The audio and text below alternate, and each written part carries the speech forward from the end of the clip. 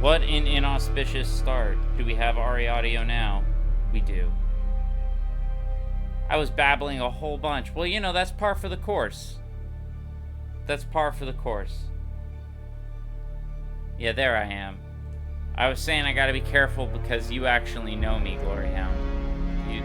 You're a person from that I know. It took me a while to connect because it'd been 3 years since my last stream. So, yeah, you. I can't be mean to you because you're my dungeon master. Let's load into this shit.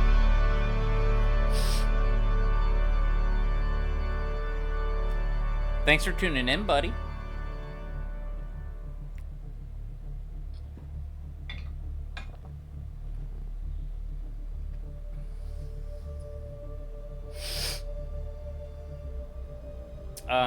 I will say I am thoroughly and pleasantly surprised by this game. I've come to a realization that story is the thing that, like, that has to be there in order for me to enjoy a game. We're gonna try to, man. This is step one, is just start streaming again and pick a relevant game. Dune Awakening is doing pretty well right now. Yeah, well, you know, I got my new computer. So, to the uninitiated, for reruns or if anyone watches this later, a reason I stopped streaming for a very long period of time was because I want to go to the Odam because I need stuff. You know what? We'll go do this thing and get what I need along the way. One of the reasons I stopped streaming is I had a very, very, very old gaming PC.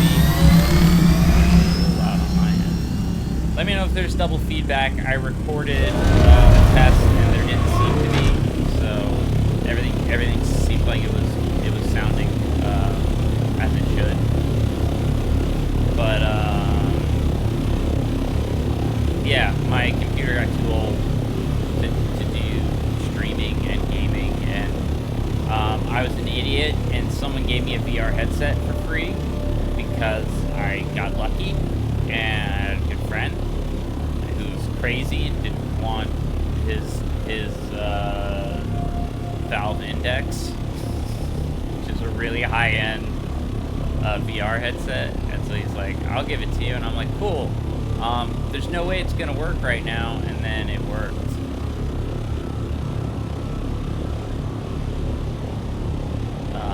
Until my computer broke. I think I killed it with VR, but I don't really care. We had some viewers, now it's just you and me, buddy. This is more what I was expecting, like one person to show up. I hope this is on in the background and you're like enjoying your Sunday, because you shouldn't just be sitting here watching me. But this is a good game to stream. The problem was I picked a lot of games where I really wanted to focus and pay attention. And there weren't enough moments of just pure gameplay where I was like dabbling. Greg of How to Drink Greg, that guy, name drop right away, boom, first 10 minutes. He said like the best game that he saw me stream was XCOM because it was really interactive with people, and because it was turn-based, I could stop and talk to everyone. Whereas I was playing a lot of single-player games, which is fine. This is an interesting mix. It's a survival game, which usually I don't care about, but I care about story, which I mentioned, I think, earlier. It might have been the part where I was muted, but whatever. So I'm willing to forgive gameplay styles or game types that I don't normally like if there's a really good story attached to it. Case in point, I'm not really into the Souls genre of games, like the Dark Souls, Elden Ring, any of that stuff. But but I'm a huge fan of EA's Jedi series, Jedi Fallen Order, Jedi Survivor, which are Souls-likes. There's much more simplified versions of it, but the combat is a Souls-like. And I was having a talk with Pat of Halo. Is it here? Is it me you're looking for? Which my Halo playthrough, and also my co-game maker buddy, he pointed out to me, he's like, you know, yeah, you say you don't like Souls, but you like the Jedi games. And I'm like, well, it's because there's a story. And the same goes with these, like, sandbox survival games. I can't do it if there's no story. I just can't. And the only one that I really got into... Thank you, buddy. Now you get a bunch of Muad'Dib emotes, I think. Animated ones, at least. I think anyone who just, like, follows me gets ones of my cat. My cat's name is Muad'Dib, and Muad'Dib's the main character from the... He's Timothy Chalamet from the movies. This game is fascinating for those who don't know. It's set in an alternate timeline, but it's also canon at the same time. So there's a point in the book where Paul, Muad'Dib, is trying to navigate through his awakened super psychic mind, his prescience, to try and find a future that doesn't end in genocide. Specifically, like a religious genocide carried out in his name, which it haunts him throughout the book. And thankfully, the new movie, Doom Part 2, did a good job with that. And he can't. He can't. But the premise of this game is, and it starts with an opening cutscene narrated by Muad'Dib going, you know, this is the future you know, but let me tell you about one you don't. And the future he mentions, let's find a safe place to park my ornithopter before I start heading in and shooting motherfuckers.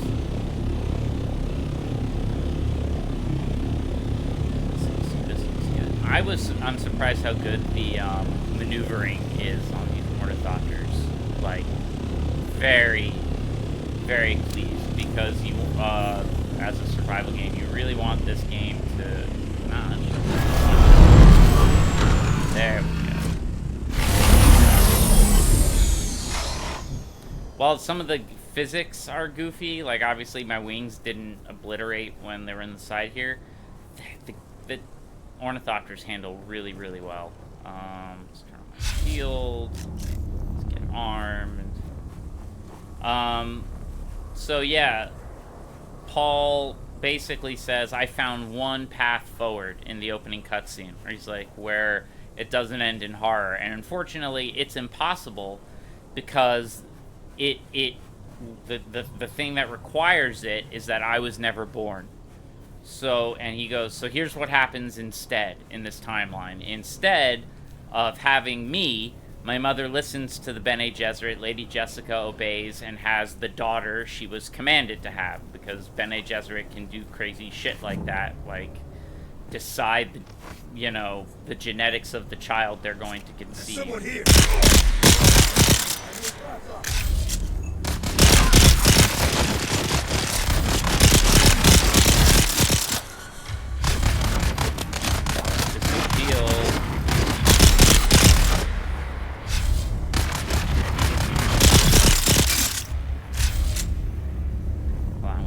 I just upgraded my shield, so... Where the heck's my blood? There's my blood. Give me your blood.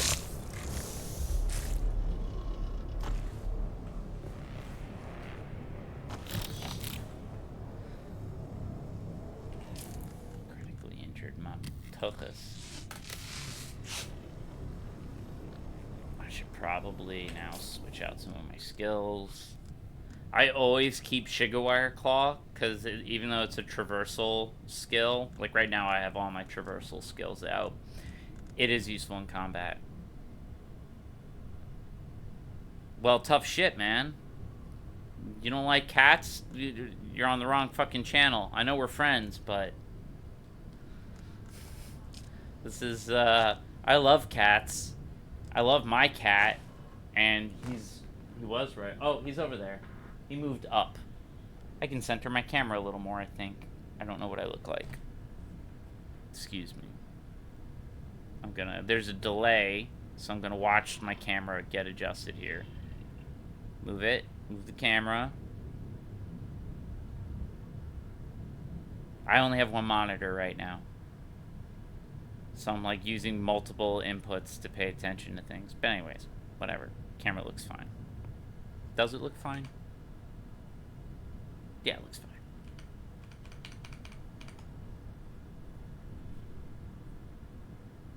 I didn't mean to close Twitch. Stream manager. Turn off that sound. Pull up that chat. Great. I did the thing. Oh, people are here. More people showed up. I blinked and people are here. Cool. Let's get back to this shit.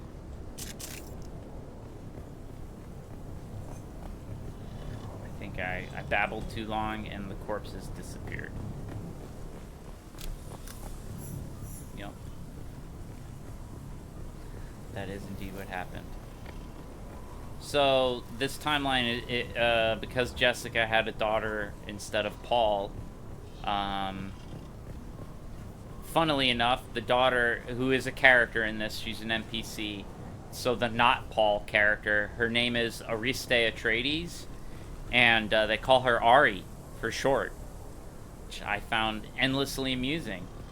So there's Ari Atreides running around here, who's quasi-canon thanks to this game. You get a gun from doing a quest with her, and it just says Ari's pistol. And so it's in my... I'm not using it, but it's in my inventory back at my base, and it just says Ari's pistol, Ari's pistol, and I'm very pleased by that. Oh, God. That is so many people. I really don't like that, and I didn't finish equipping all my combat skills. I'm so dumb. Just don't kill me yet, alright? Let me do this part. Okay.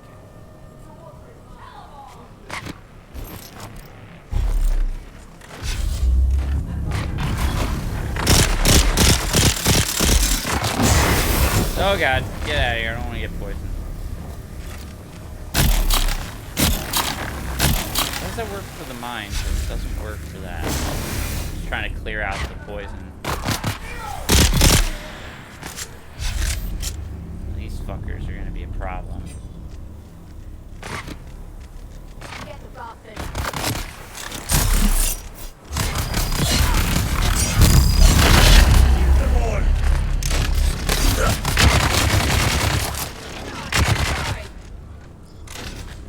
Stop moving, get some stamina. Wrong button. Oh, I don't have my turret. Okay. Yeah. Get out of my face. The traversal mechanics in this game are great. I love that you can zip around. Once you get comfortable with things, it's a very... You gotta be very careful in the combat, as you can... Poison yourself, dumbass.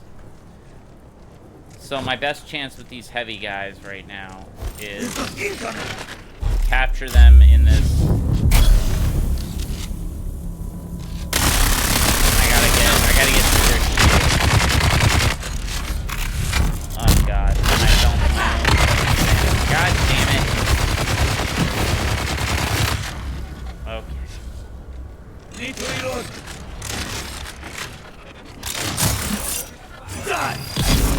Alright, one. Slow blade penetrates the shield. You gotta remember that. They very accurately captured, dude, like the setting. This game really does a good job. So, Ariste Atreides is running around, so there's no Muad'Dib.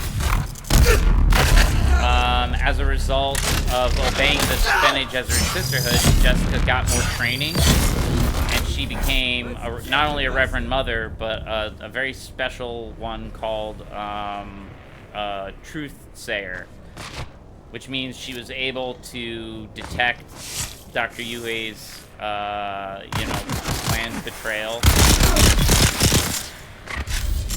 Oh, how many of you fucking are there? This is a lot of people. Just pointing that out. There's like a lot. This was a lot of bad guys. It was a little scary. Alright. That's...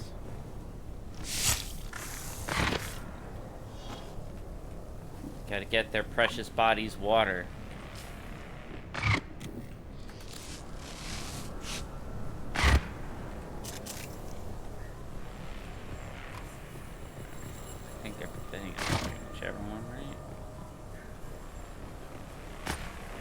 I know there's a guy taking pot shots at me inside, but that's one person as opposed to fucking 7 or 8 that I was just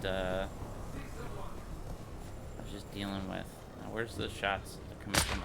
Okay, there's one coming from there. Coming from there.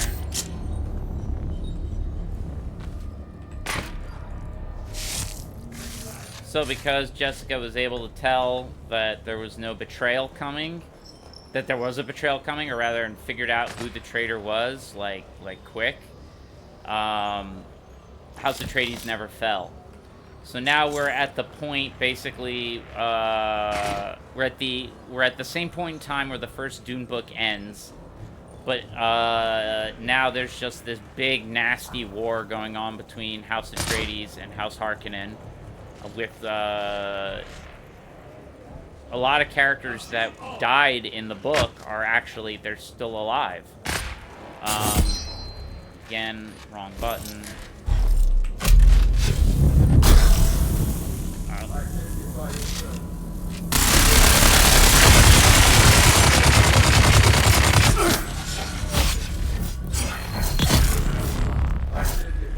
These heavy weapons, guys, I can really do without them.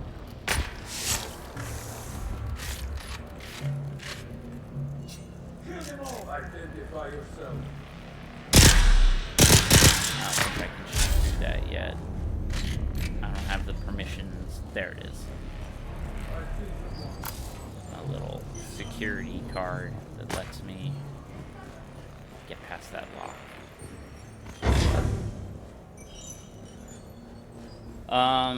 So yeah, there's just a cascading series of events that led to a very different status quo. And the player character in this is some prisoner that is remanded, arrested for reasons that are left for your headcanon to fill in. You are remanded into the custody of the Bene Gesserit, and they send you to Arrakis with a simple mission.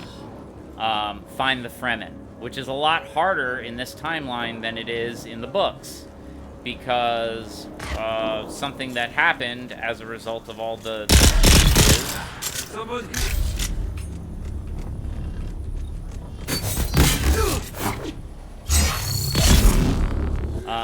is that the Emperor, now that there was like an open war instead of this overnight coup which happened in the books, the Emperor's worried about, okay, no more blood pulling. I'm all full on blood. That just makes things faster. He needed to ensure his spice flow was uninterrupted by this open war of assassins between.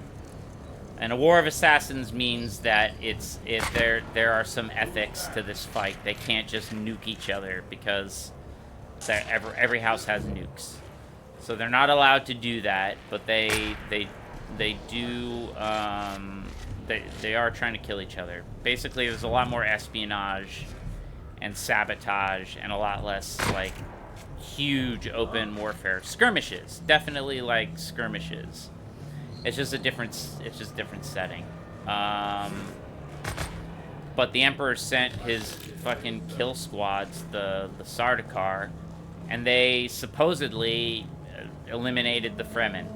Now, anyone who's read the books or is even remotely familiar with the canon knows that the Fremen are really hard to kill. And they're also wildly underestimated by the Imperium. The Harkonnen believe that there are mere tens of thousands of Fremen on the planet, like 50,000 tops. Are you up here? Like, where are you? There's someone taking potshots at me ineffectively, and I can't tell where they are.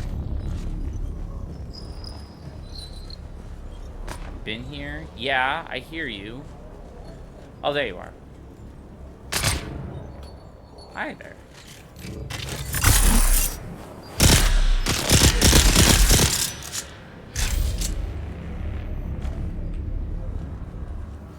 Alright, so there's the thing down here in the bottom and a thing on top. That was what was confusing me. So far, I haven't found the Fremen. I found the next best thing, this, like, terrorist guy who everyone accuses of being a Fremen, but he's like, I'm not a Fremen. I'm not a Fremen, dude. And I found Ariste Atreides, Ari, and there's been some background chatter that she's on her way to becoming a Fremen priestess called a Sayadina, which is basically like a Reverend Mother. Which would make sense, because as a girl born to the Bene Gesserit, this not Paul character, she would almost certainly be a Bene Gesserit. O Shai Hulud, great Father Eternity, awake and arise to punish the wicked. Spare not those who revel in iniquities. The righteous will rejoice as they witness your vengeance. Their hands will be washed in the water of the wicked, spilled forth in your holy name. So the Masquerette, who I'm listening to these little, like, Bioshock-style audio logs, they are a faction that has risen up as a result of the genocide. They are an extremist faction. They believe that the Fremen that go and hide in the Deep South are cowards, and that these weird cannibalistic murder fanatics are, they're the real deal. We're the actual Fremen. Now, this is interesting because it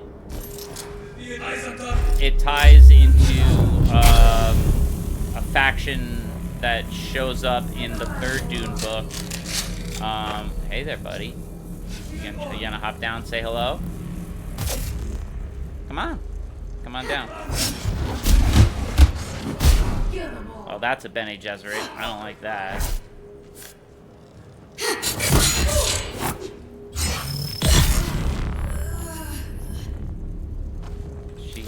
She had Bene Gesserit powers. I was not very pleased about that.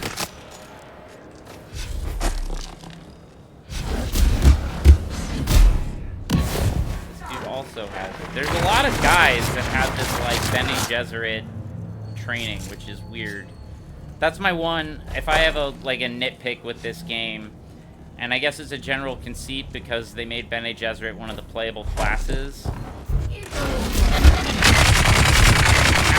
Oh my god, stop it.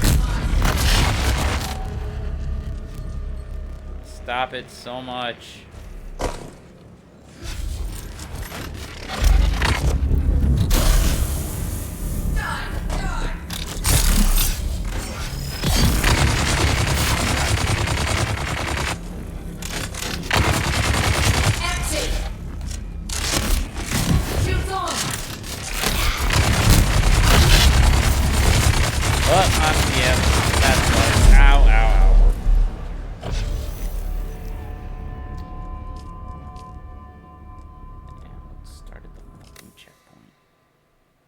That hurt. So yeah, I like the story in this. There's an actual, like, RPG light story in here, which is cool. I say RPG light because it's kind of like playing Star Wars: The Old Republic, which is a positive. Sin! What's up, girl?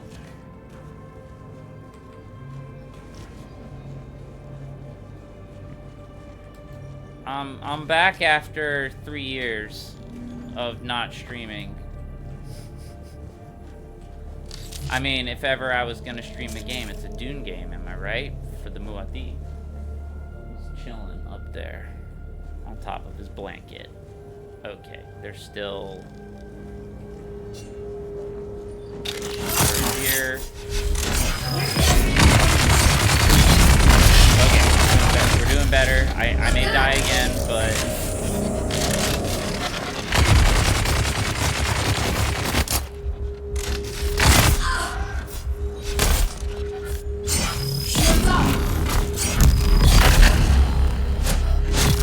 got you, son of a bitch.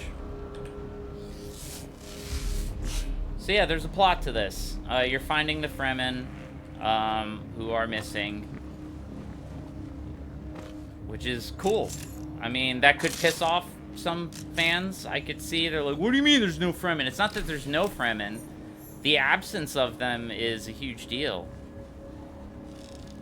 You're in upstate New York. Nice. And the blooming onion dipping sauce. Otherwise, not a ton else. That's fair. I was up to too much. The last few years have been a roller coaster of good stuff and not good stuff, and I finally hit a stable point, and necessity hit, and I have a new gaming PC, which also was a big factor in why I stopped streaming for a while. I couldn't do a hell of a lot. Now I can. Now I have I can do all the things.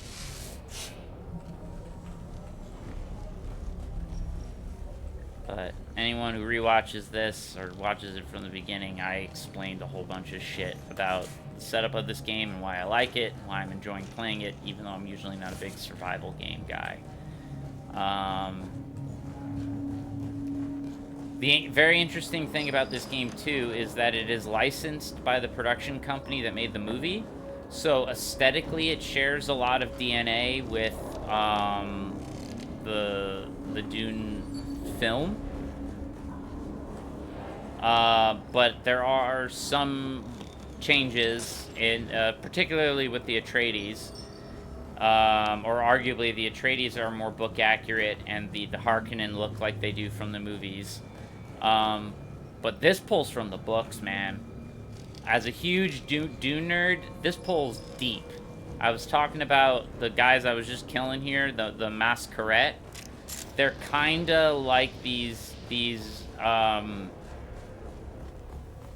semi-cannibalistic, like, crazy Fremen who are introduced in Children of Dune as like an extremist group they were Fremen who were anti-Muad'Dib. And they didn't like what he was doing. Alright, so that was cool. Did that get me anything I needed as far as parts? It did not.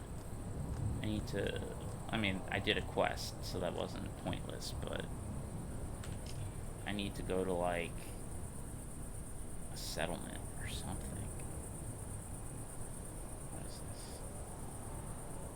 I don't need insulated fabric. What do I need again? I'm trying to craft something, and I need something from something. I know that really helped. I really explained everything, but what do I need? A light caliber compressor.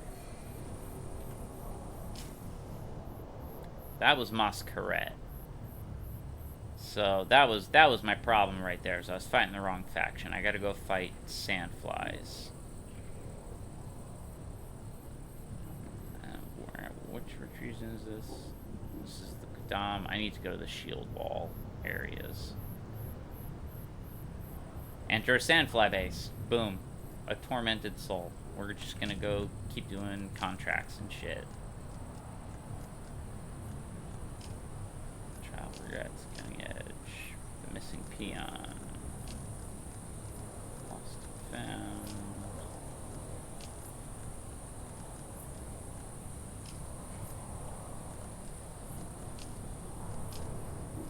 There we go. So this is the Swordmaster quest. Very cool.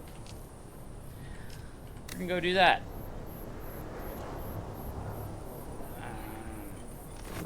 I don't need to switch things back.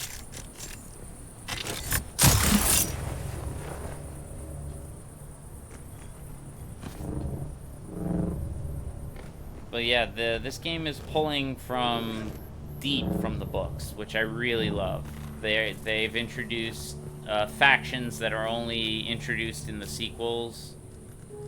Like, it's nowhere listed on your character sheet, which is fascinating, but in character creation, you pick a bunch of background options, namely what family you're from, and, like, what planet you're from. It is very interesting. On paper, it is a big sci-fi epic revenge story about a young noble who becomes a messianic figure who gets revenge. Oh, it's drowning me out just a touch. I can fix that.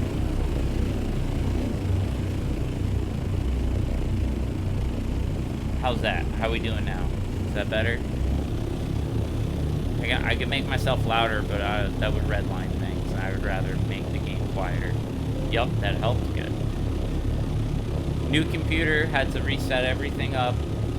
I'm only on one monitor, which means I'm using like multiple devices to monitor everything. But I've also gotten better at using the software, so I can I got better at configuring things, so I can do things like Alt-Tab without you guys seeing the game go away. So nobody can see all the porn on my desktop. It's not porn, it's work. It's a lot of work on my desktop, which I also can't show you. What with confidentiality agreements and so forth.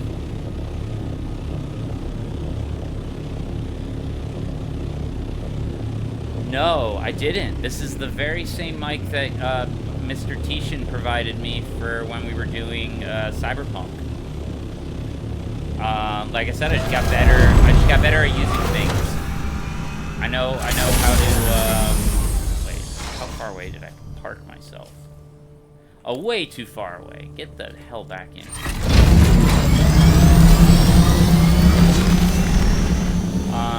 I just got better at configuring everything. Alright. From what I understand, it's past. I gotta get higher. I gotta get some elevation here.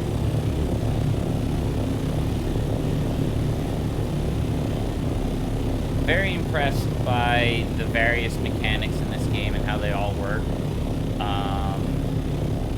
There's some jank to it, which it's an MMO, so there's always gonna be jank.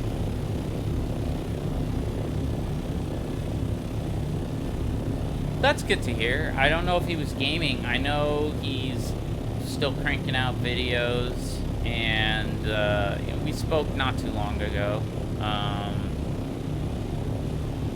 But because we're not doing Cyberpunk, you know, we're not in like the Sandfly base. I'm way too exposed here, though.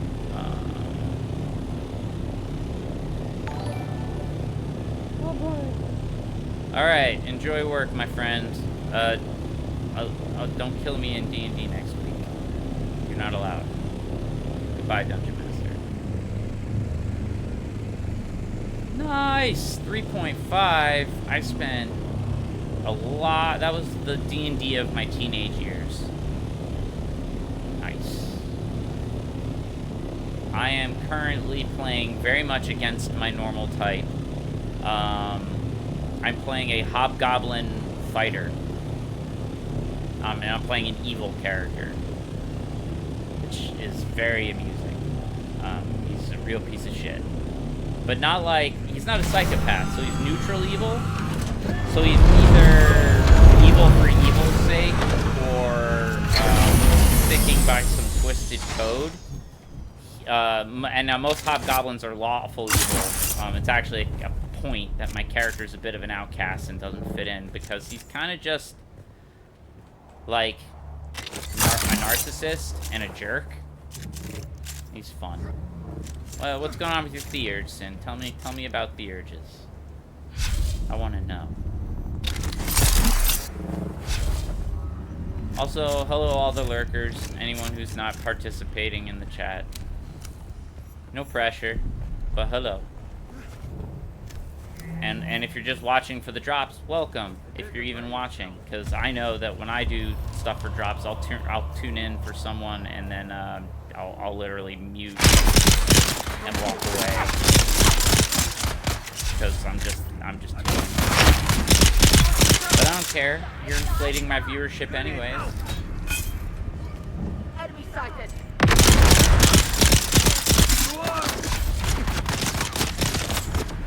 So the best part about Doomsday is that it has a sci-fi setting that's very unique. So the technology is just different than what you've encountered in other...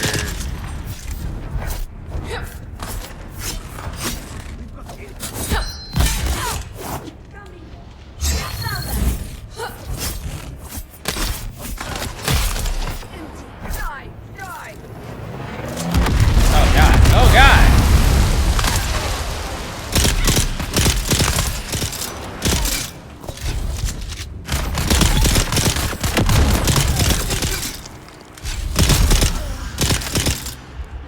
There's a lot of people. There's a lot of people. There's still people around. Someone here. I see someone. Yeah, no, you see someone? You didn't hear all the fucking slaughter that was happening? As I killed, like, 6 of your buddies? Die! Imperial pig.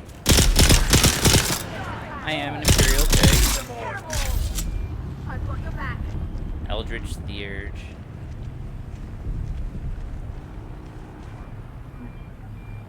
Yeah, alignments are more of a suggestion. Prince of Sand. Get the bastard. Love it. We've got a bug in our game. It's not a familiar. One of our player characters is playing a Thrycreen, which is like a mantis person, kinda. And he's playing a wizard, and the character's name is Grub. I love Grub. Our characters in game are best friends, which is really funny because, unbeknownst to my character, the wizard's lawful good. And he's, like, trying to influence me and make me better, but I'm a tough case.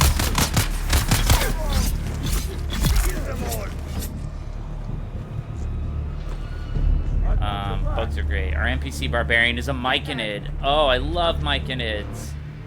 They're so weird. Fucking shroom people. Grub is similarly from, like, a hive-minded society, like a hive colony. Grub isn't even really his name, it's like his designation. We've determined that if he is ever to die, just a different Grub is gonna show up. But because they have, like, hive mind, it will remember everything, but it won't be the same Grub. Maybe like a different class, maybe... Who is... Are you up here? Where the F are you?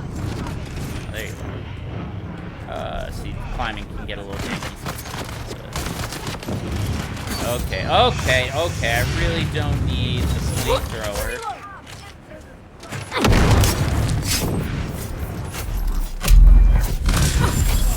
That's bad. That's really bad. I'm about to die. I'm gonna die. I'm gonna die. Yeah.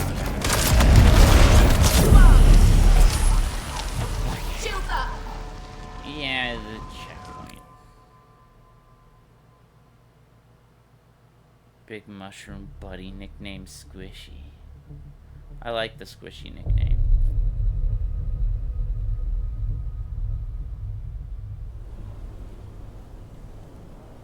He's awakened. He's awakened. Fascinating. Wow, I'm really far from where I want to be. I'm not a huge fan of that.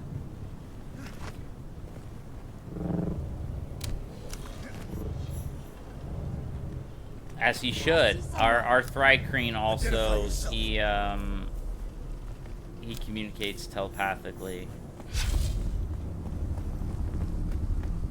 Which is funny. Oh my god. I want to go to my ornithopter. I need to...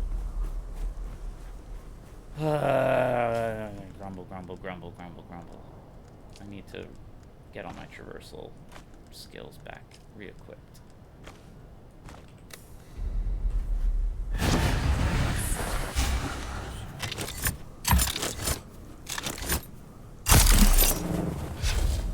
Yeah, Myconids are great. I love Myconids. I would like sentient mushroom people spores. What?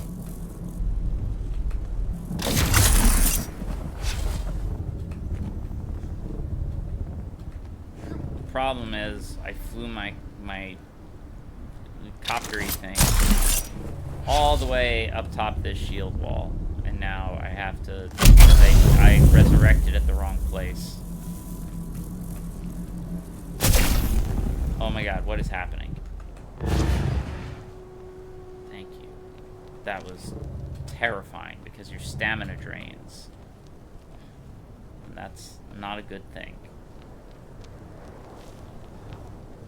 I can make it, I can make it. I can make it! Standy thing up there. Do it. Oh god, I didn't do it. I didn't do it, everyone. Oh, that hurt. That hurt my heart and my soul.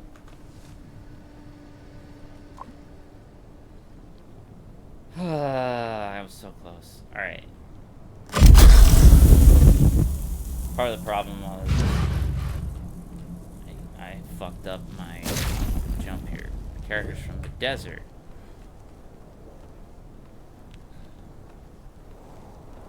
Interesting. It's a good hook. My characters, so the setting we're playing is kind of like, it's a city campaign, so we're in like a very fantastical city where, and in this setting, like, the reason I'm playing a hobgoblin is the racial restrictions are not the same. This is like Monster City. Anyone can be any race. I don't think we have a human in the party. I think we have a high elf, a Shadar Kai, a Thrycreen, and a hobgoblin. I think that's our party. And my character is a soldier, and he's the son. I went through the campaign setting book, and I found a character who was a hobgoblin general. And basically, I picked the noble background, or soldier background rather, but I come from a military family, but I'm like the black sheep son who's been kicked out of the military. Very popular with the rank and file troops, but with the officers, I didn't play politics well. And I also, somebody goaded me into getting violent at a function in front of the king. He badmouthed my dad, the general, and I didn't take to it because my character does not take to that sort of nonsense. And I punched a guy, and I got kicked out of the military, and at the start of the campaign, I'm a mercenary. And now, like, we're facing some really crazy apocalyptic situation. For a while, we were just kind of doing life as our characters as things kind of started to build up. But now, shit hits the fan. It's a good game. And it was run by Gloryhound, who was on here earlier. It's my friend. I was glad I remembered that was his screen name, because I could have easily pretended he was acted like he was a stranger, and then he would start saying like really personal things, and I'd be like, oh no, wait, how? Huh? But I remembered, so stoner brain for the win. Okay. I've now climbed to the top. Getting close.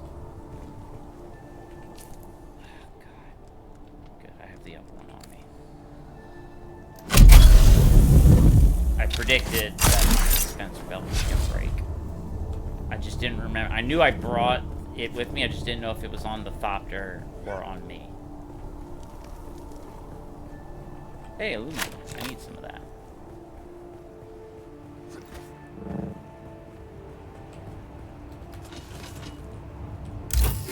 Someone messaged me in my Discord. I'm gonna assume that was maybe you, Sin.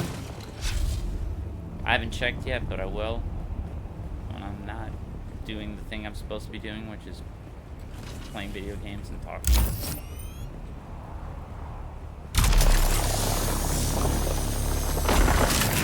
You did not. Alright, so you did. Now I want to know. And yes, I'm willing to risk heat stroke. Well, I already have heat stroke. I'm willing to risk dehydration as a result. Who is... Oh, it wasn't anyone in my chat. It was someone from... Wow, Blast from the Past. I believe someone from the old heavy metal Discord back when I worked at Heavy Metal a lifetime ago. That's who that was.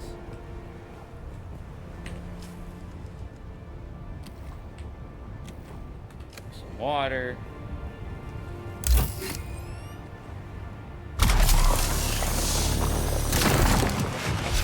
Uh-oh, backpack full. Well, I am looking for some supplies, so actually let's drop a bunch of shit that I know I don't need.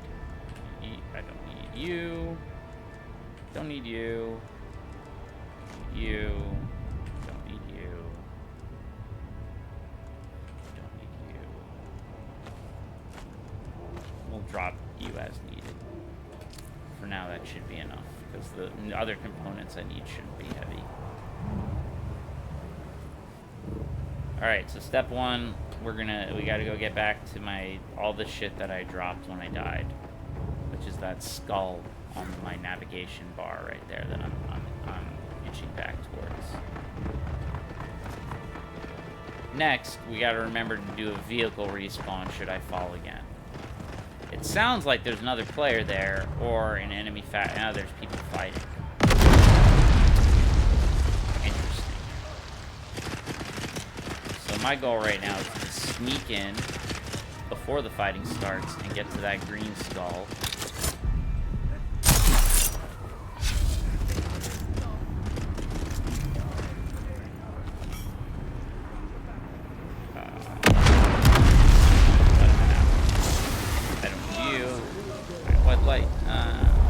Okay, here's...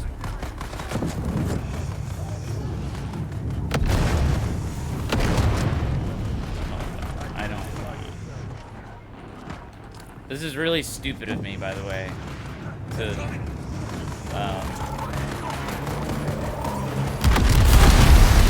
Oh, God. Would you...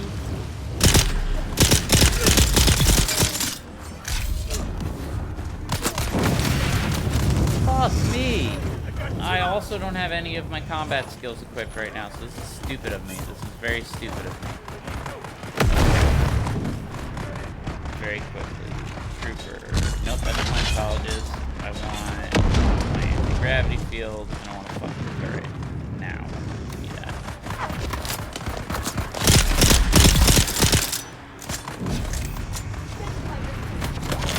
Oh God! Did you... I need this like a fucking... Oh God, I need this like a hole in the head!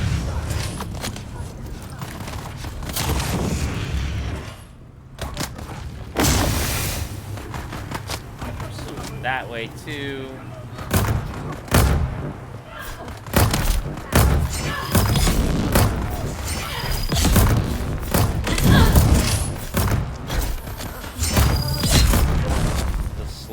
I killed the leader.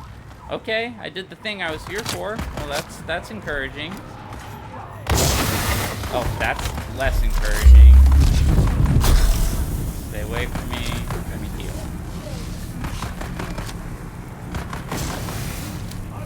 Yeah, intel, baby. 20 points. That's pretty good.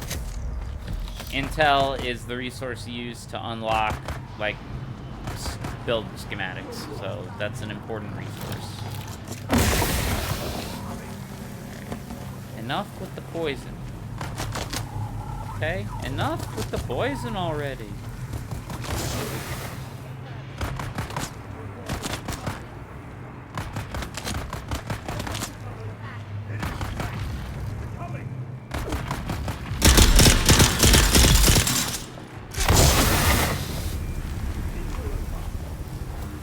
Yeah, it wasn't that jerk. Who's doing all the stupid fucking poison?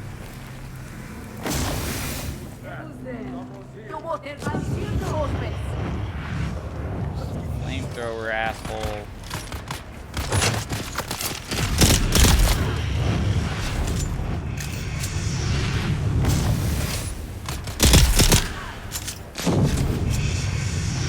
Flamethrower asshole needs to, that poison cloud really does need to go away.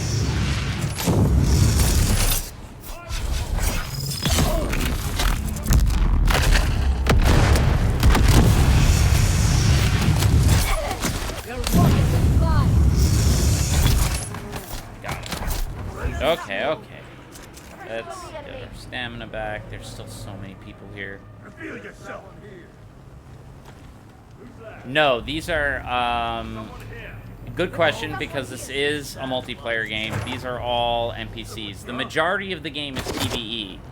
The end game is very much PvP oriented and guild oriented, but I'm not quite there yet. However, they did make some changes so that solo players like me can, you know, have a meaningful experience in the end game. I still won't quite get all the goodies that people in guilds will, but I have some friends that play, not that frequently. They're in a guild, but I think they're Harkonnen aligned, and I ain't fine with that. I'm House Atreides all the way. I mean, I got Muad'Dib. I got a cat named Muad'Dib. If I played anything other than Atreides, I would be a traitor. So my character is aligned to House Atreides.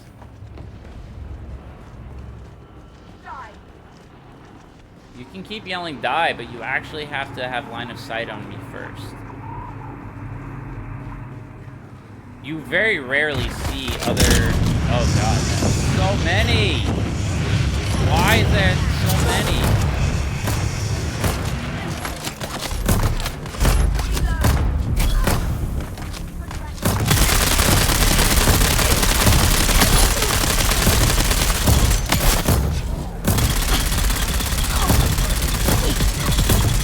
Die already! Oh god. Oh no.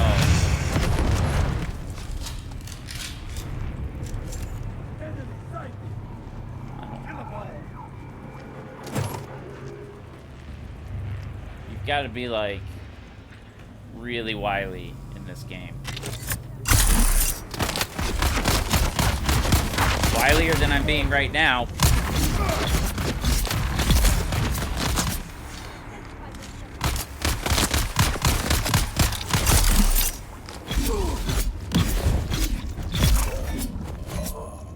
No shields, so, you know, cut them up.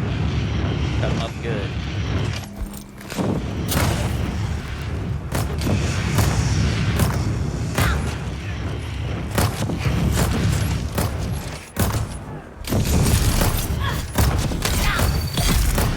One.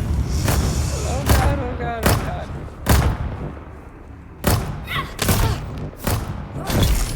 That's two.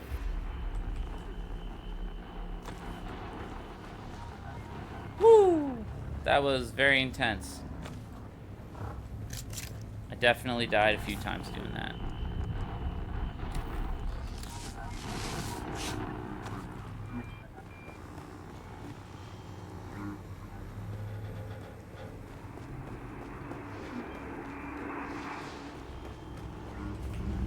We're actually gonna go after I get back to the base and drop a bunch of shit off. I think we're gonna go to one of the social hubs. This game's interesting. There are 2 sandbox maps. The main map here, which is fixed, and then the end game map, which is the deep desert. Appropriately, very appropriately, the deep desert, and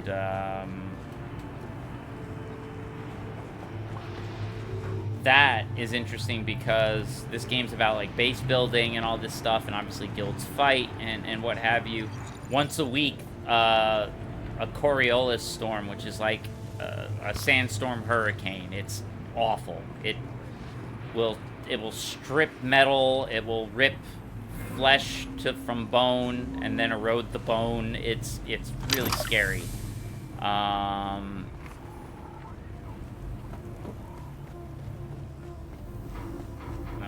I think I'm done here. Got the intel.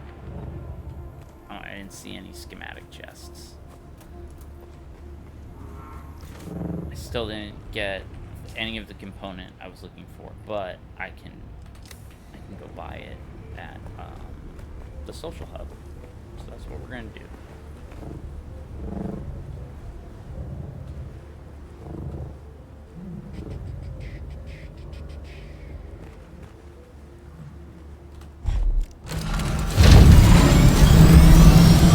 That starts by heading home. I love that these things are kind of like helicopters, and that you can, I know I can't consume spice in a saturated state. That. Except when you do that, Goofy, yeah, I did just exit my vehicle midair like an asshole. Fuel, great.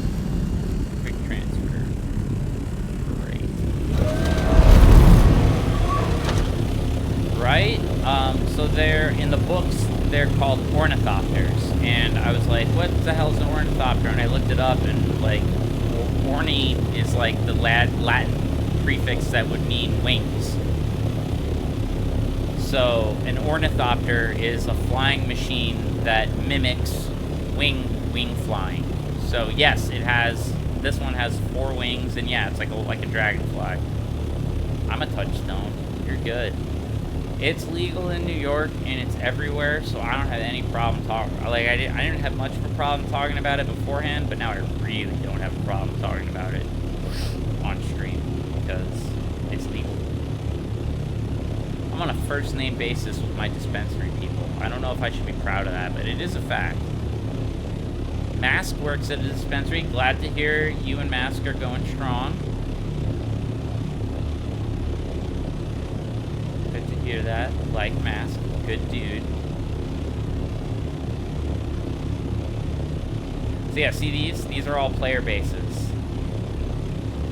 That, like, especially that big crazy one. And it's that one's using the Harkonnen tile set.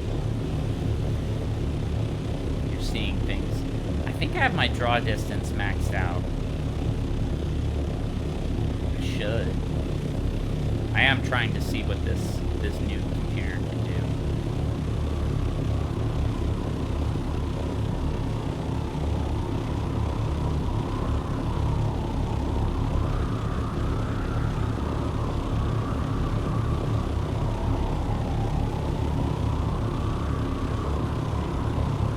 You did mention on our Discord when, because last year as part of my job, I was at a convention in Ithaca that was it's called Ithacon, appropriately, and it's like, you know, a comic book pop culture convention put on by the college.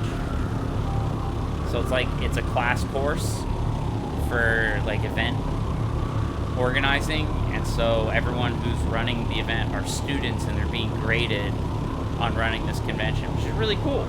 And they were very nice.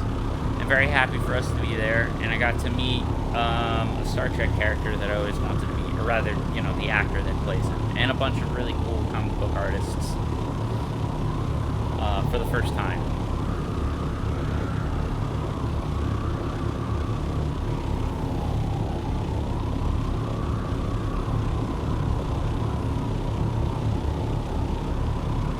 So I made my base near this landmark called the Hammer, just so I could find it easily without really having to look that hard. And this where I'm pointing right now, that's my base. I built it in front of a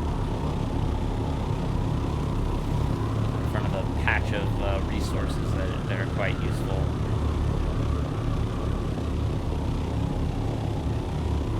That sounds nice. I wouldn't know about cheap anything. I'm still a masochist living in New York City. Although I did just take place in the mayoral election, and I voted for the guy that's giving everyone a heart attack, Zoran, because he's awesome.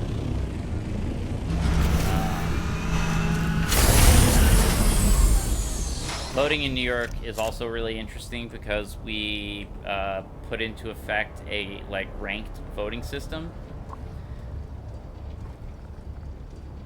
So you don't just pick one person, you pick like a bunch of people. Oh, I need to make more.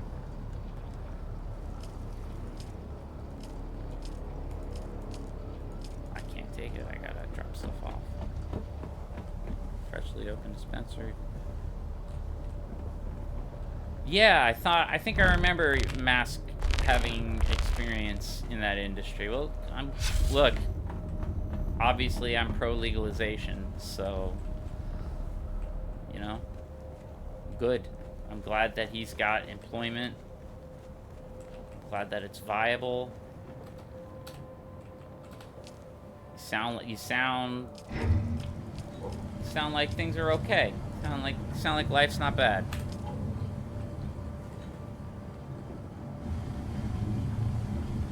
No, your life sounds pretty great. Which I'm glad to hear.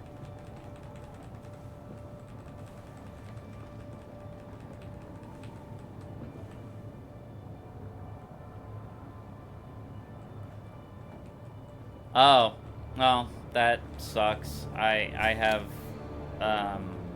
two of my grandparents, they both developed dementia towards the end. Other stuff too, but very sorry to hear that.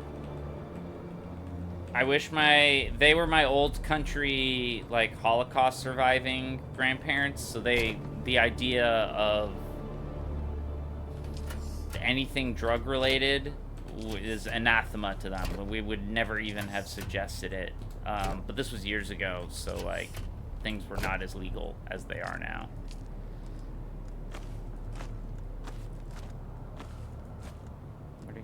Oh, that's one of the things I needed. That's a light caliber compressor.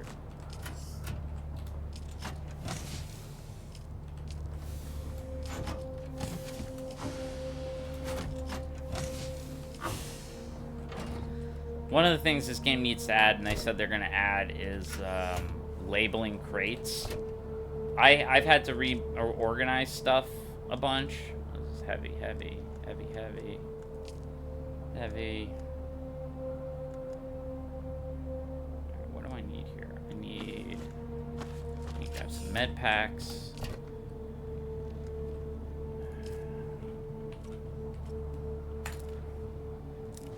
Dementia's not fun though. I have one grandparent left. I got my grandmother. The mind is fine. The body is imploding like a I'm gonna recycle these. I'm never gonna use these. And you. Can't recycle you for whatever reason.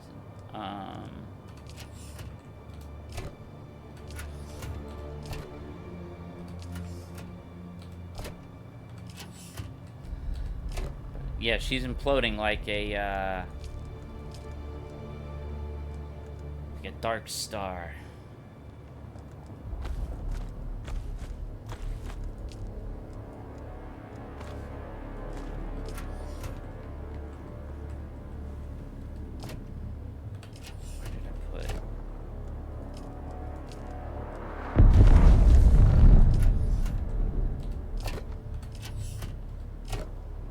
Don't worry, I'm not under attack. That was a spice blow.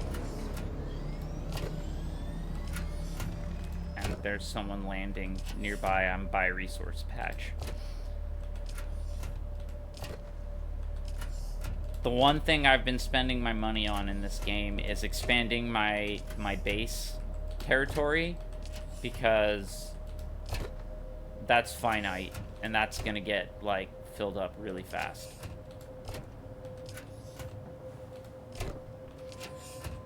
I am looking for a good crate to drop off some supplies. There's a reason I'm doing this.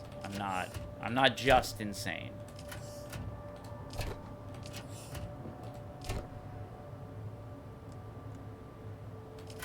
No. No.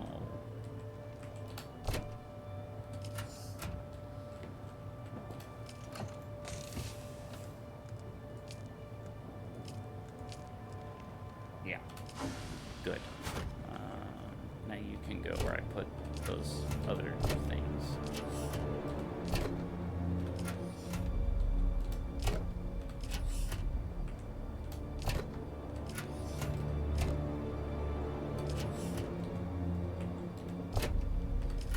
Riveting, I know, right? Ari, clicking through boxes. So, I'm gonna catch up on what you were saying. Sin, excuse me.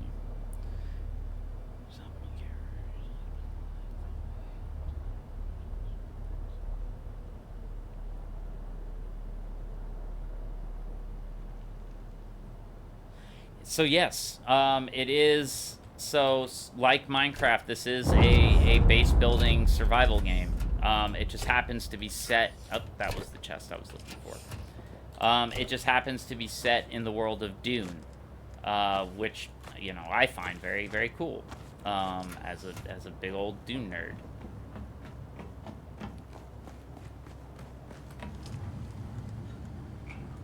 Don't need you. And I just... And I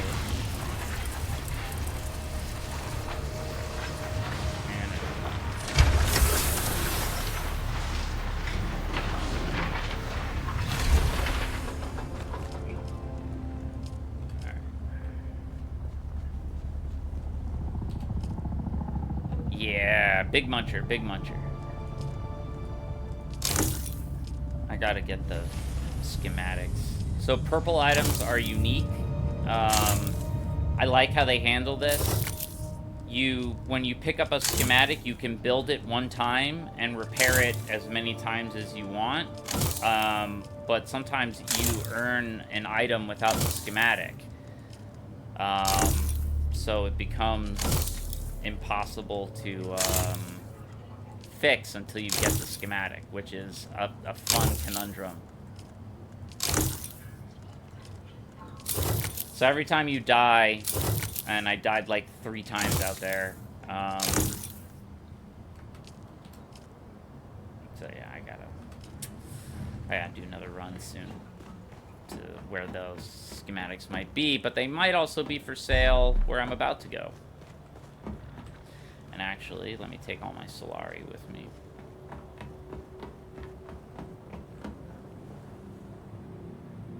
Where are you? You're somewhere here. Lucky, first try.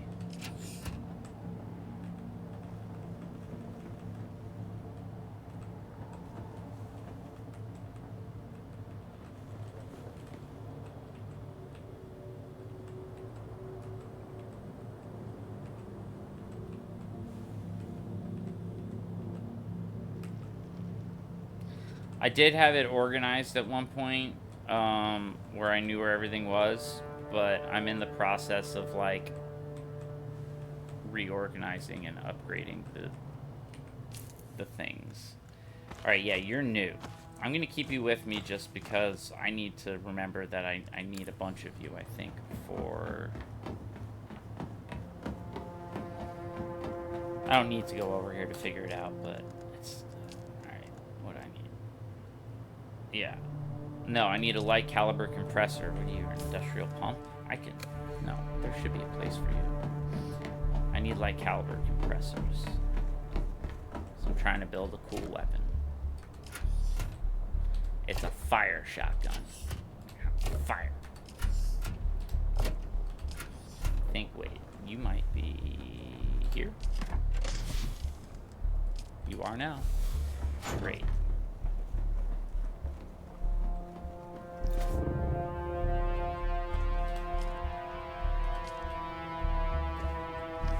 water.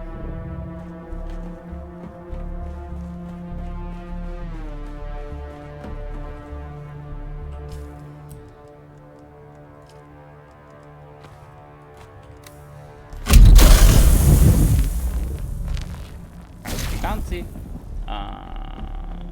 Let's check on my outdoor generator over here. Great, plenty of lubricant. And now it's quickest for me just to fly east. Okay. So it's changing maps in this game.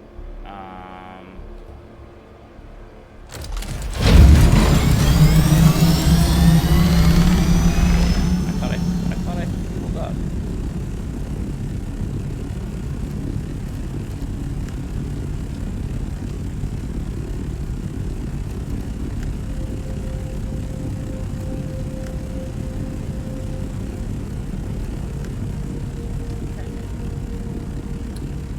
So now we're just gonna head due east to the end of the map.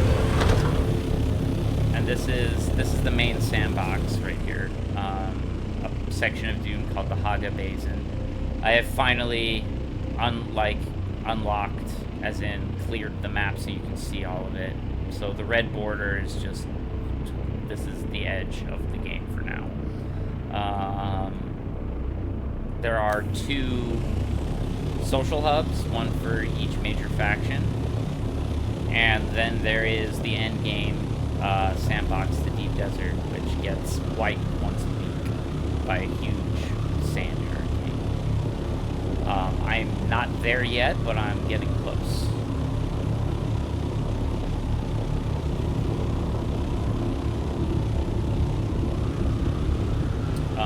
I only recently got the ornithopter, and I'm good at using it in the map, but there's like this kind of awkward mini game that you have to play to fly from one map to another. You can alternatively go to like a trade outpost, like right there. That's right in front of me. That's a trade outpost called the Anvil, because that's the hammer. So hammer, anvil, get it? Very clever. Look at this lunatic. That's a player base. Some loony bin claimed that space.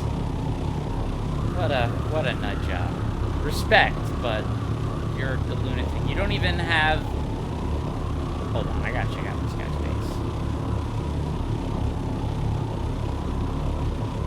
There's no pentashield. Like, where do you just land your ornithopter up top and leave it exposed to the elements? That's not right. Oh, you're still building up. You're not there yet. That's your hatch. You're not at pentashields yet. Okay. Okay. Still, ballsy. I hope that's not your first base.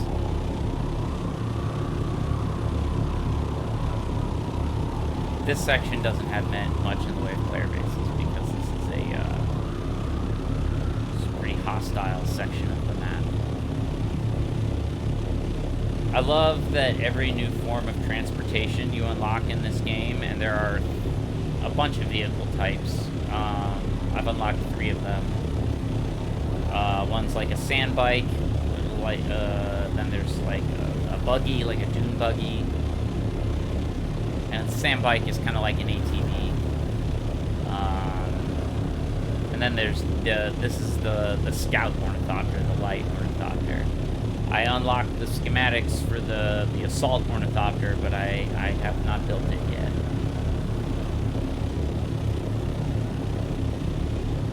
Okay, lower altitude, less fuel consumption, duly noted.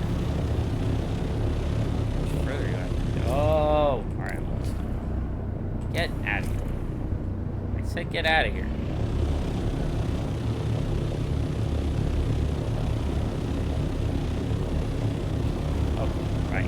Right. Going too high.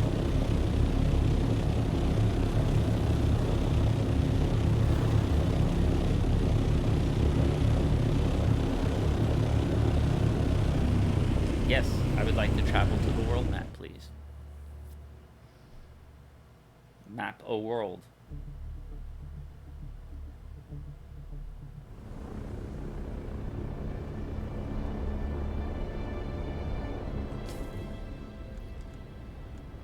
We want to go to Arrakeen. We're going to track it. Where am I? I'm Haga Basin. So I need to cancel. Already. I'll go here.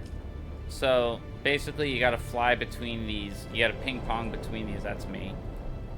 Water and fuel stations to safely make it to wherever it is you're trying to go.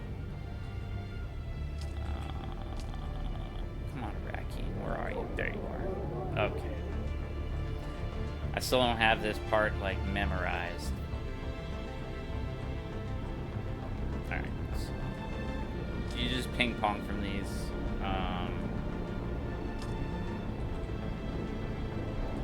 Hey, you. Let's go.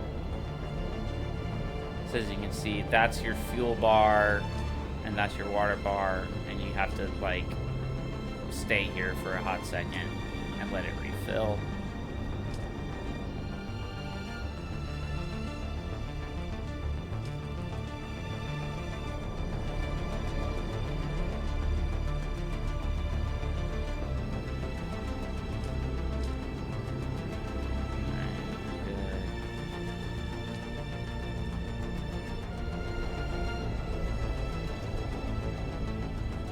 Like I said, I'm new to this part of the game, so I'm still figuring out. They don't really let you zoom out enough to accurately, easily plot a course. You do have to, like, pan around the way I've been doing it. I'm presuming that those other ships I see flying around are actually other players. I don't know. That they could just be random things. You'll see other players here. But this is like a neutral territory, peaceful place. It doesn't matter what faction you're from. You can go to either one. You can go to the Harkonnen, and you have to for quests. You can go to the Harkonnen or Atreides, no matter your allegiance. The NPCs are just nicer or meaner to you, depending on your allegiance. But because of the world of Dune, they have these loyalty, this, like, rules of engagement for battle called Canly. They have to be diplomatic and peaceful to a degree. They're not having an open war of war. They're having an open war of assassins. It's a war of espionage. So while there is conflict, that,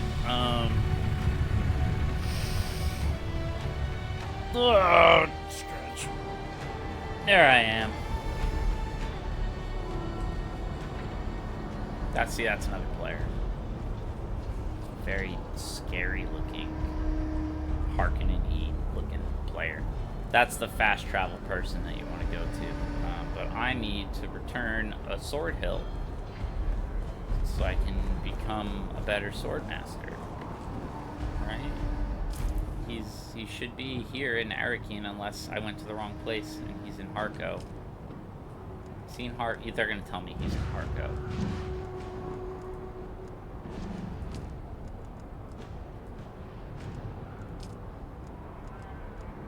Yeah, I went to the wrong city. Bum bum bum bum. Okay, that's fine. Just fly to Harko now.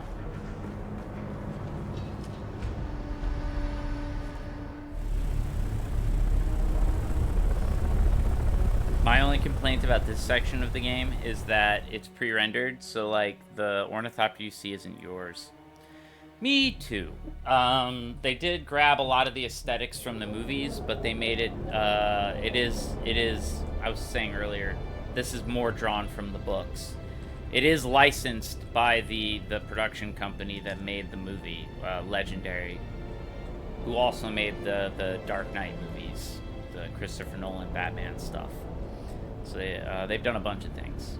I'm also doing, like, the Godzilla, King Kong movies that have been coming out recently.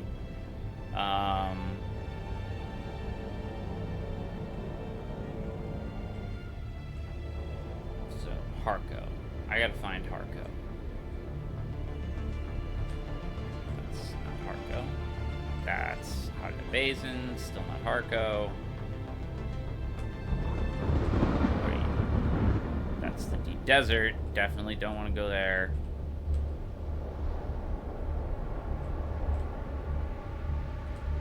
I mean, I do want to go there, but, like, not now.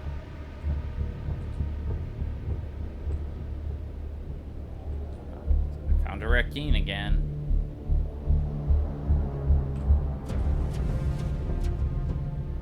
I'm checking south of the map now. I gotta fucking find Harco Village.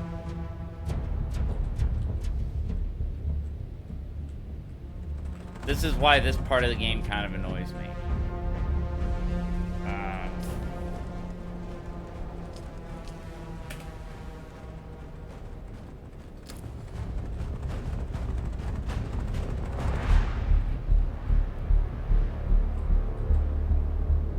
They do not make it easy to...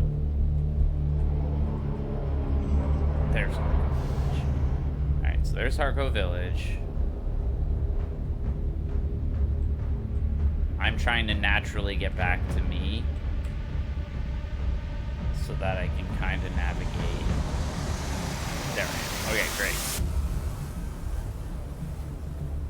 Fuel depot next. So I just alternate between going to fuel depots and water depots. And I play it like super careful, cautious. I was gonna say casual, but no, I'm playing it cautiously. Alright, so we want to go around this curve here. So that water depot.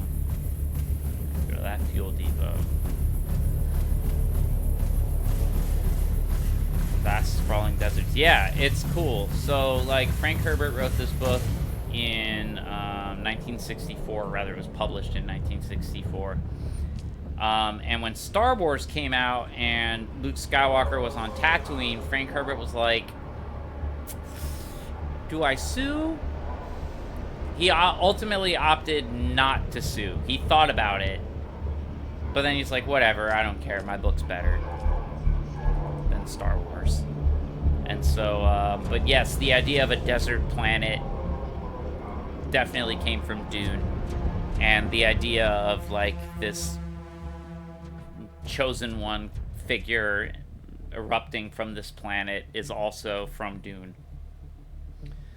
Luke Skywalker and Paul Atreides are cut from similar cloths. Especially now with the new Star Wars movies, which are I don't like. And I'm talking about the trilogy. I'm not talking about the spin-offs. Rogue One's great. And Solo's not as bad as people make it out to be. There are problems I have with it, but whatever. So now we're at the Harkonnen place.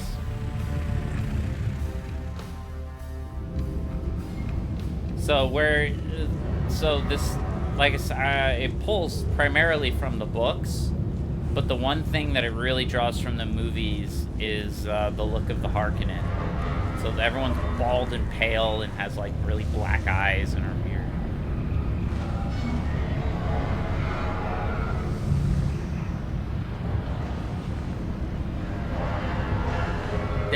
That desert setting has a lot in common with Dune, which is not a bad, like, this is what the Harkonnen look like, which is not a bad thing. That is by no means a bad thing. That's a good thing. Alright. This map's a little annoying, so I can get shot at improving. And then there's something else that I have to do. There are two things I have to do here. I can't find. At least the map's not letting me find it yet. It's like I want to pull up a little further, but it's not letting me. But whatever.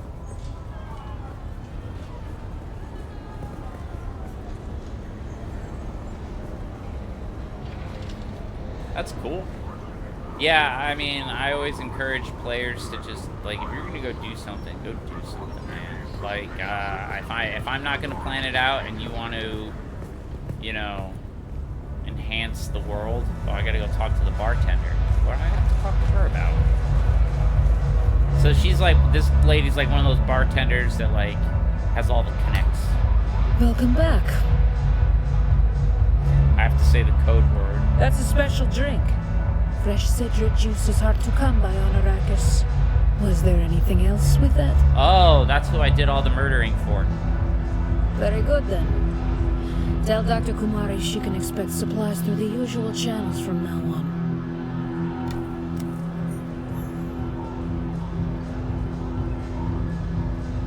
That's the next step there.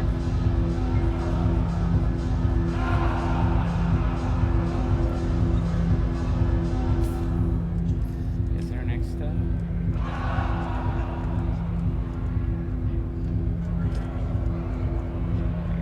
That thing, trooper. Get medicine from the sick doctor. Yeah, there is something I have to do here. So there's two things I gotta do here. That's not bad. There's the other person. Okay. Okay, game. I'm doing class quests right now. The game lets you get all the classes and mix and match story stuff. Well, I mean, like, mix and match skill points, story stuff. What the fuck am I going on about? Let you say here. You gave me the gist of the way things work. Yeah, sounds like you got a good DM.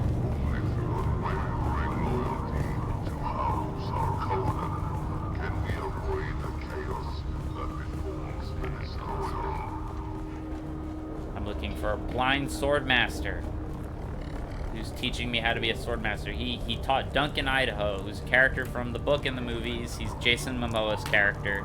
Oh, we meet again. The rhyme of your stride betrays you. Yes? I got his hilt back from some thieves. Place it in my hand. Yes. Even without eyes, my hands know this hilt. Its familiar heft is as comforting as an old friend. You have my gratitude. It's running games longer than any players have been alive. That'll do it. And?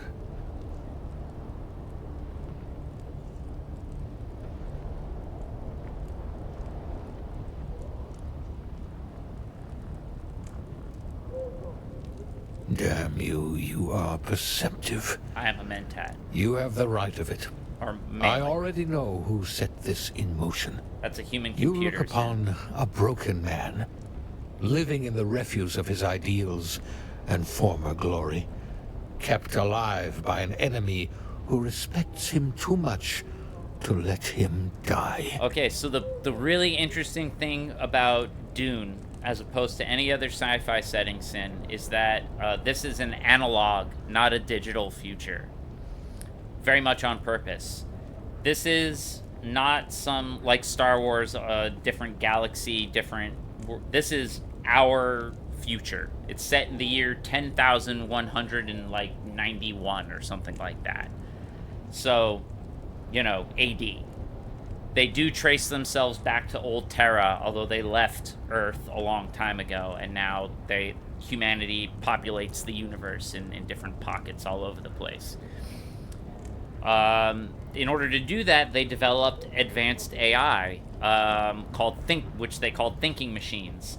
The thinking machines began outsmarting the people and enslaving them, and then there was basically a revolt. So the robot apocalypse happened, but like 8,000 years before the events of the book. So this is a humanity that has evolved from a post-apocalyptic society. And religion, basically all the religions, most of the religions got together and just formed one consensus religion. And they have their own Bible, and the first commandment in the Orange Catholic Bible, which I don't know why it's called the Orange Catholic Bible. I'm sure there's a good reason. My due knowledge stops there. But the first commandment is, "Thou shalt not make a machine in the image of a human mind," meaning that you're not allowed to make AI. They're banned. So in order for humanity to maintain cohesion in outer space, we had to evolve. We had to form advanced ways of training ourselves. And so a bunch of different schools of thought appeared. One of them is the Mentats, which is one of the classes you can start in this game. And Mentats are living computational machines. They're used for all sorts of purposes, from actuary to like espionage and logistics. They're really, really cool. And so I opted to start as them. There is the all-female order, the Sisterhood of the Bene Gesserit. They are doing two things. First off, they are the puppet masters of the entire political system. People distrust them, but also rely on them because they influence politics and religion. And they are secretly, the big thing in Dune is they are secretly running a eugenics breeding program where they are trying to bring about a messianic figure, a psychic of immense power that can perfectly predict the future that they can also completely control. And the big twist in the book Dune is that the main character, Paul Atreides, Muad'Dib, my cat, is this messianic figure, but he arrives a generation too early, and he's not under the Bene Gesserit's control, so he becomes a huge threat. And the book is a big commentary on religious zealotry and fanaticism and the consequences of it, and the Bene Gesserit play a big part in that. There's also, it's very cool, Sim. It's very, very cool. So, yeah, Dune on the surface is your typical sci-fi action adventure with, like, the outsider adapting the native culture, your Dances with Wolves, your Avatar, your whatever, The Last Samurai. There's a million movies where this happens. But it turns it on its head where the main character, who is his prescience, his ability to see the future, is developing over the course of the book. And he's terrified because while he's trying to do, in his eyes, the heroic and right thing to do, and he's very charming, and you like Paul, but he goes, every step I'm taking is leading towards genocide that will sweep the universe, a religious fanaticism in my name, an inquisition waged in my name. And before this was a politically loaded term, they used the Arabic word jihad, holy war, to describe it. So he's worried about the jihad that will be waged in his name. And he wins in the end, meaning that he gets his revenge and he becomes emperor of the known universe, but he fails. Paul is heartbroken at the end of the book because, he won, but now that future is inevitable. He's locked it in. And the book is about a lot of things. One of the things is knowing the future is a dumb idea because it's a trap. Once you know the future, you have to fulfill it. So Paul having visions leading to horror forced him into that path. Second, heroes are dangerous. Not because they are inherently bad. It's because they're human and they're fallible and they'll make mistakes. And when they make mistakes, because so many people have pinned their hopes and their dreams and their beliefs on this hero, the consequences are exponentially worse. So Paul's a hero, but he unfortunately, beyond his control, he tried to stop it. A religious fanaticism sweeps the universe, and like his psychotic killers, his fanatical warriors, his inquisitors go across the universe, forcibly converting billions of lives to their name, to his name, turning him into a living god. I point to my character because Paul doesn't exist in this plotline. It's an alternate reality.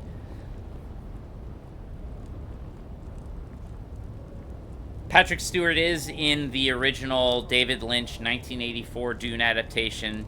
He plays a really cool character named Gurney Halleck, who is played by Thanos in the new movies. Josh Brolin plays Gurney Halleck in the new Dune movies. So both times, really good actors in the role.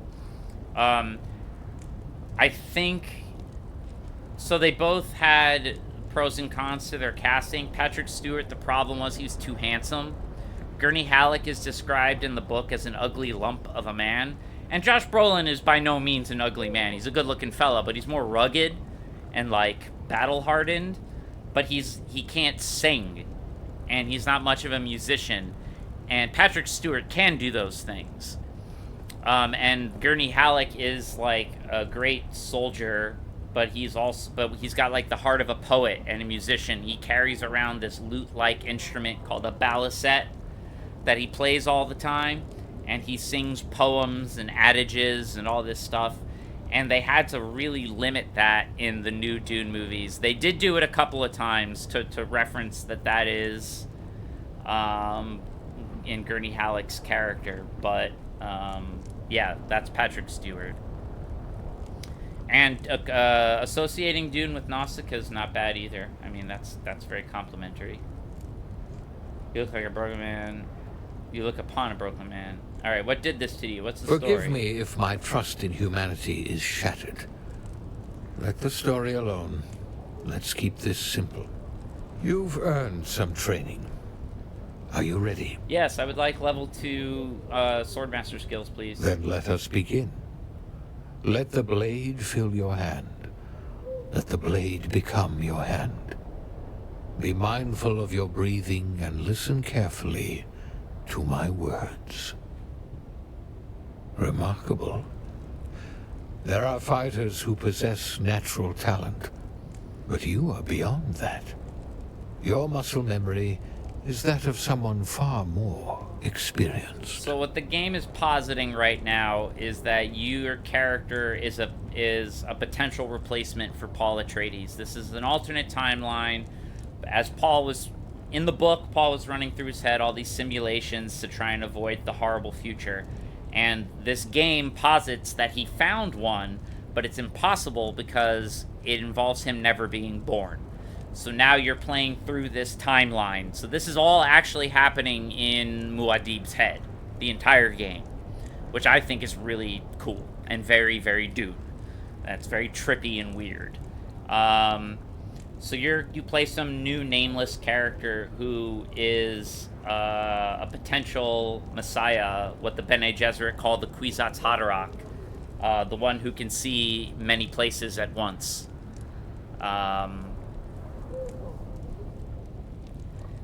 And the game's called Awakening. It's based off of a line from the book called, a famous one called, the quote is, "The sleeper must awaken." And it's in reference to Paul's latent abilities, happening. So Dune Awakening, the game describes all of your leveling up as, like, you're remembering things, you're waking up. So the game is hinting that you are a potential Kwisatz Haderach, which makes sense, because there's no other way you could justify the character having the skill set that they have. You start with one class, but you unlock all of them right here. I started here as a Mentat, the human computers, but you can start as a trooper. This is like Gurney Halleck, who I'd mentioned. That's not Gurney, but like this image isn't. But this is what Gurney Halleck would be. This is like the ranged combat class. This is kind of like the rogue utilitarian, also a ranged class. Mentat's really interesting. I'm very glad I picked it. This is the only class you can't start as because it's a utility class. This is Planetologist, which is a thing from the books. There are ecologists, which they call planetologists in the book. And this is all about just, like, better resource management and mining. It's all very useful. These are the Bene Gesserit, the all-female sisterhood of psychic mystics, and they just have perfect control over their body to the point that they can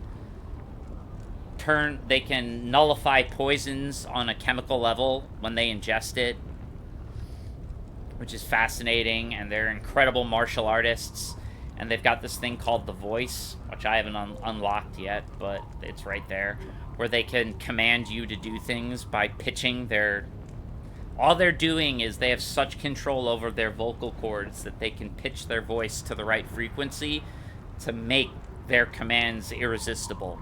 You have to do what they say. So they are a melee class, and like the Mentats, they're a bit more utility based. And then the one I just increased are the Sword Masters, and this is like Duncan Idaho, who's Muad'Dib's best friend in the books, who's played by Jason Momoa in the movies. So this is like playing Duncan Idaho, and I just increased that, which is cool. And I'm actually going to level up some stuff. We're going to up our, that's 3 and that's 3. I can only up one of those right now. We'll just, what's this? I'm using a long blade. We'll do this first. Nice. I love Warlocks. They're my favorite spell casting class. Wait, then I should have just gotten another skill. I didn't get another skill point. Already sad. Okay, well, I gotta pick up the next step here. Oh, we meet again. The rhyme of your stride betrays you. Saren, the one who's after you is the same person who maimed you, yes? No, you're more relentless than a desert bat lapping up a dead man's tears. So, interesting thing to know about Dune. The Fremen, the natives of Dune, they have a stigma against being blinded. If you are blind, you basically walk out into the desert and die because you are not a full person anymore. So there's a major stigma attached to it, and this is also foreshadowing. I don't want to spoil anything for people who have only watched the movies and not read the books. But this ties into the second book, Dune Messiah, which is being made into a movie. So that's cool. You're not wrong. Yes, the one who's after me and the one who made me like this are one and the same. He is the most dangerous man I know. What are you gonna do about it, bruh? I had no aspirations but to wallow in defeat. When you placed the sword hilt in my hand, something awakened. Awakened? Something that won't let old wrongs Things are awakening. lie. Let it lie. If you really want to help me, you can help me get a new pair of eyes. Now this is funny, because now this is going to lean into my character's background. I picked a background. You can pick a home world and then, like, your station in life, because this is a feudal society. And I picked something from the later books. I picked the planet Ix as my home world. Ix is a place where the greatest technologists in the universe live. All the noble houses want their stuff. They make the best technology. And there's a nasty, unprovable, I don't know if it's unsubstantiated, but it's an unprovable rumor. The Ixians are constantly being accused of breaking the commandment against thinking machines. That their technology is so advanced that they're literally religious heretics. But no one's been able to prove it, and no one really wants to push the point that far because their technology is so good that everyone's willing to look the other way. So I'm an Ixian Mentat, and I gave my character weird-looking eyes because in my mind I was like, well, he's gonna have Ixian eyes. He'll have eyes replaced voluntarily. So my character has weird-looking eyes. And I've talked about Dune all this time, Sin, and I haven't even mentioned the spice, which is the reason everyone's on this desert planet, and it's so important. It is a resource that does a lot of things. It has health benefits, it triples the human lifespan, but it also unlocks latent psychic potential. So everyone's here to mine the spice. The Fremen are hopeless. It's also hopelessly addicted. Those who are addicted to it, their eyes turn completely blue. It's called the Eyes of the Ibad. And so the Fremen are stuck on Dune. They can't leave because their blood is so fully saturated with sand. Well, I mean, with spice, rather. It's like all they eat.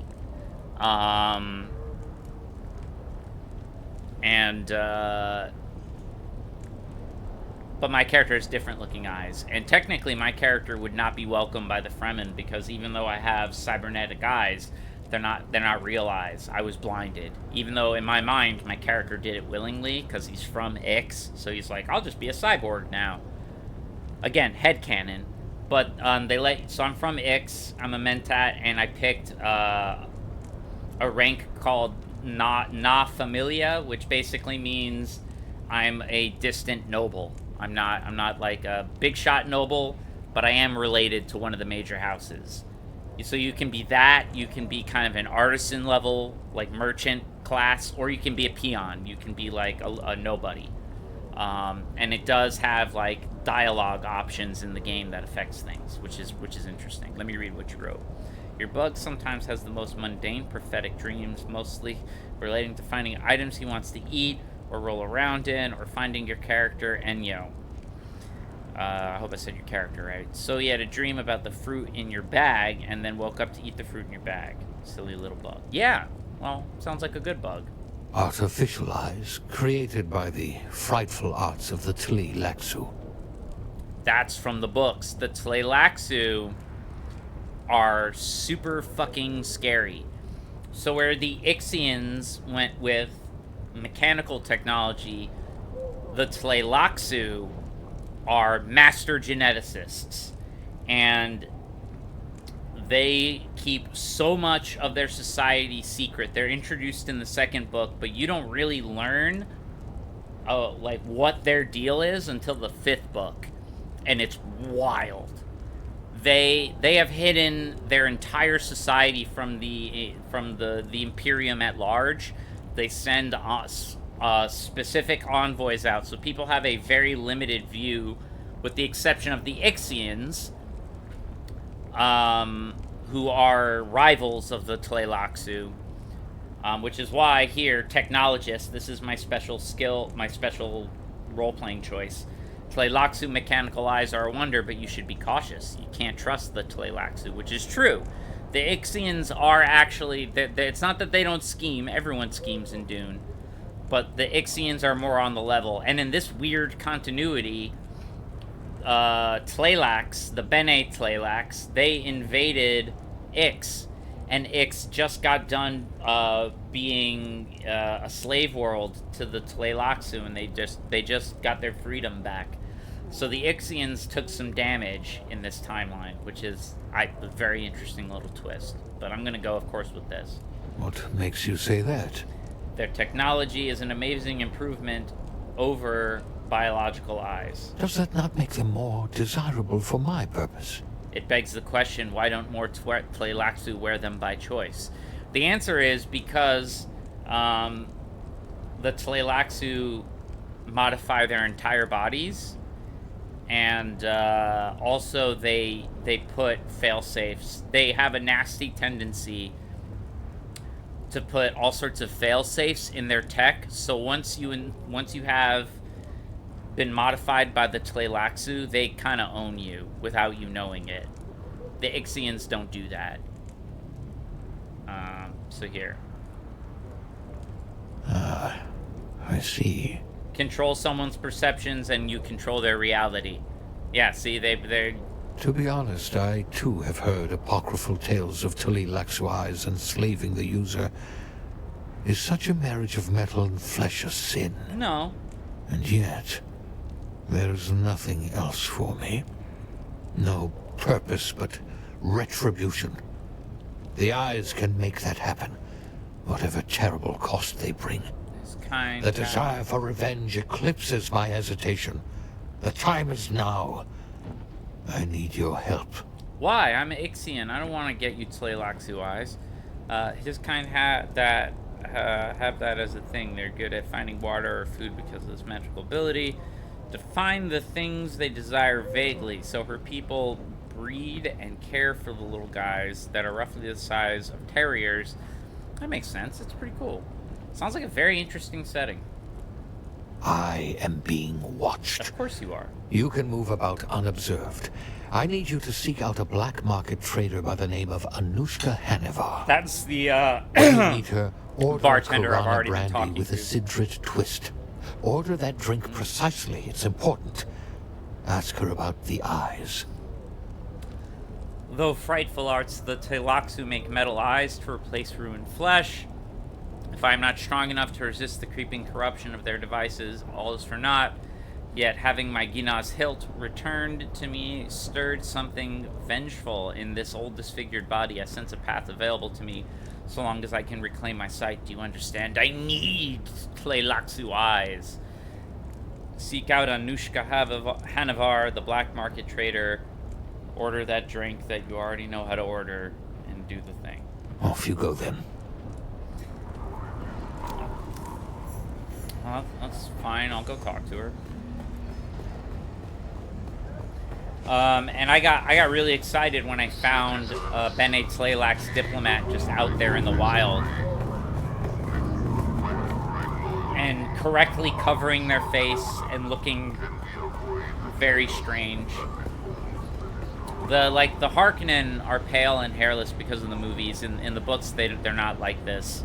The Harkonnen royal family are all redheads, and I think they made they made this choice for a couple of reasons. One, to emphasize how toxic the environment of their homeworld, Geti Prime, is, which I like. To be clear, I like this look. I think it's cool. But also to get away from the, redheaded bad guys. The book is from 1964, and there are some dated tropes. The main villain, the Baron Harkonnen, is a redhead who's morbidly obese and overtly incestuous towards his nephew. So he's the evil, he's the fat, evil, redheaded gay guy. So they downplayed, the one thing they can't get rid of is his weight, because it isn't actually his character's fault, though he is a glutton. He was always described as portly. The book explains that his inhuman levels of obesity is actually the result of a poisoning attempt. In the books, someone tried to assassinate him, and the treatment to keep him alive messed with his metabolism, and while always like a bigger guy, he got so big that now he has like suspensor technology, like levitation technology. In the books, he wears a harness. In the movies, he has this cool cybernetic spinal implant, but it does the same thing. He hovers and he floats, and he lifts around, and so they kept that, and they hinted at his weird relationship with his nephew by having them very publicly and dramatically kiss a couple of times in the movie, but in the books and in the previous adaptations, it's like way more obvious. He's like, Fade, look at my nephew, almost all naked, lip smacking. In this one, it's there, but it's not as over the top. But the Baron's big figure is still there, and rightly so. And they actually did this very interesting thing where they didn't make him ugly. In the David Lynch Dune movie, the one from '84, they went one step further, and they didn't just make the Baron obese, and redheaded and queer and all that stuff. They gave him like this skin condition. He had these horrible boils all over his face that were being drained. They did the opposite in the new Dune movie. They tried making the Baron oddly sexy, like eerily. he's like naked and bathing most of the movie. And yeah, they tried making him, the way they dressed him was like oddly seductive. So they did this thing to try and make you really uncomfortable, and it was very effective. And I mean, Stellan Skarsgård played the Baron. He was most recently, if you watched the Andor show, he was Luthen Rael, the badass old spy master who basically got the rebellion going and is Andor's boss. He played the Baron in the movies. He's also Thor's science friend from the Marvel movies. That's another player running around like a dingbat. Welcome back. That's a special drink. Fresh cedra juice is hard to come by on Arrakis. Was there anything else with that? Like some A prosthetic rare eyes and on the discerning side. garnish to be sure. What you want are some Tleilaxu eyes. Afraid not. Tleilaxu eyes are hard to come by on Arrakis. The houses like to monopolize them for their officers. You're raiding Saren? You didn't hear it from me. But there's a Tleilaxu over at this trading post. I know that. Spooky bunch if you ask me. So don't ask me. Because I've already spoken to that guy.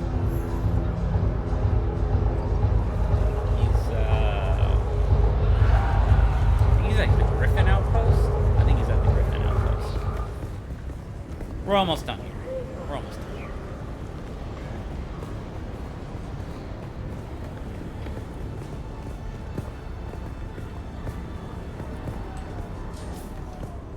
Okay.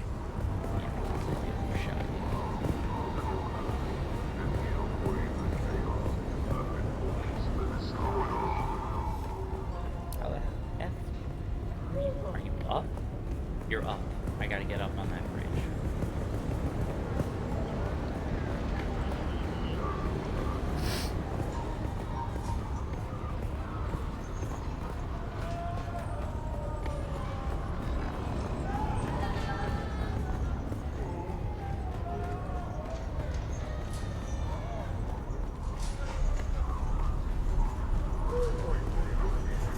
Yeah. Here she is. Alright. Welcome, stranger. If you come seeking treatment, I have all manner of locally sourced natural remedies for whatever ails you. So this lady, she doesn't have normally the tattoos on your forehead, but she's an outcast, but they have this diamond on them. She's, like I said, humans are all evolved to become different types of machines. A Mentat is just a computing machine. She is a Suk doctor, and Suk doctors are superhuman doctors. They can analyze your vitals by like touching you, and they are psychologically conditioned to the point where they literally physically cannot harm their patients.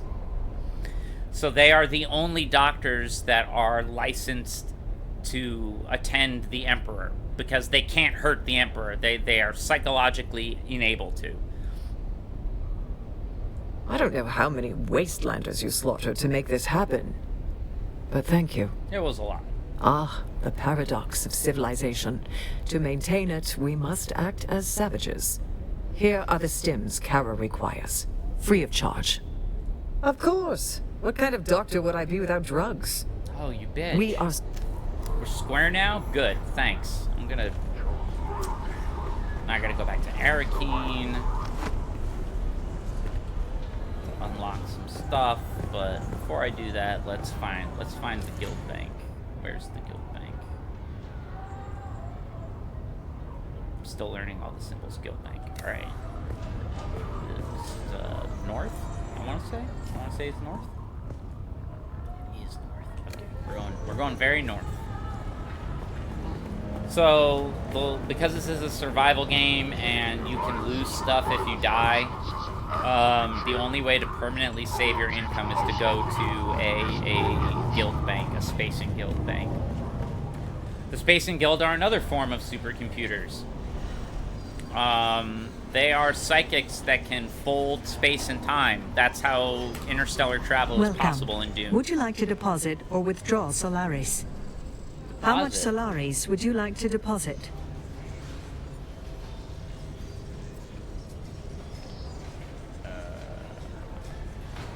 You know what? I'm actually gonna deposit. I'm gonna deposit all and just withdraw what I want. Would you like to how much Solaris? Welcome. Would you like to deposit? How much Solaris would you like to withdraw? That's easier. I don't want to do that much math. I just want 15,000 so that I can do a base expansion. All right, now I'm going. This is like the auction hall. I'm looking for schematics so that I can repair some gear.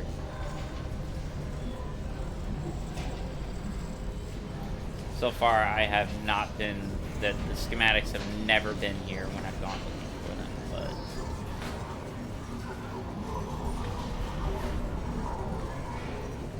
well, one of them was, but not. I need the mask and the suit, and they're not. Nobody's selling them right now. I can't repair them until they do, and these are pretty sweet, pretty freaking sweet pair of still suit. So there are different types of armor in the game. They do different things. This is a still suit. This is very unique to Dune. They're made by the Fremen, or they were invented by the Fremen, as the Fremen are vanished right now. They're not made by them. They are suits that conserve a body's water. Basically, it's really nasty. It's not as great as it sounds. The book says, like, oh yeah, the Fremen stink to high heaven. Because it recycles your body's water. Your sweat, your piss, your shit, everything. They talk about how, like, the thigh pads, in the books, the thigh pads keep, like, the dehydrated, compressed fecal matter that has to be emptied out from the suit when you're doing suit maintenance. And it's really bad to get stabbed in the thigh because there's a bunch of shit there and, like, it'll get infected easily.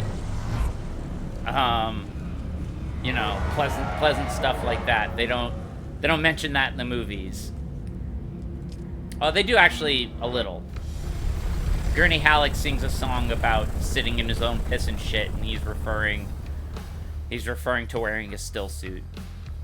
But they are necessary to survive in the deep desert,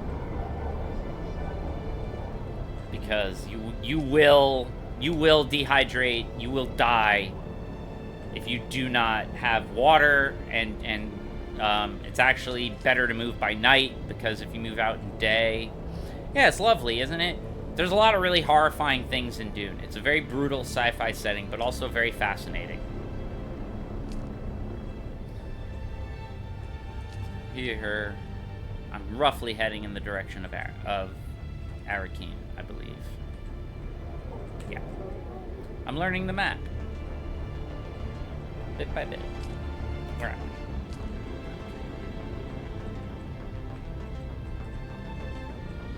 Let's go here. Johnny, the tackling Alzheimer patient. Who am I? That's a Scrubs reference, which makes me super old. Yo. Let's go, bud.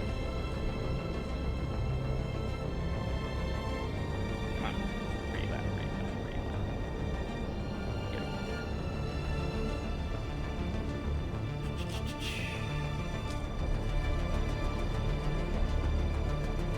So yeah, just ping-ponging between these resources. Water, fuel, Arakeen. It's getting easier for me now to navigate the map. But this was not the most intuitive interface. If I have to be critical of the game at any point.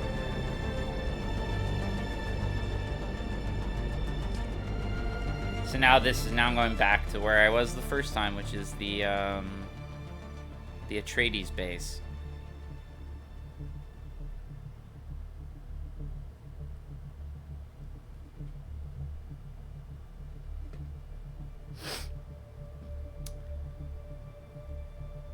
water is the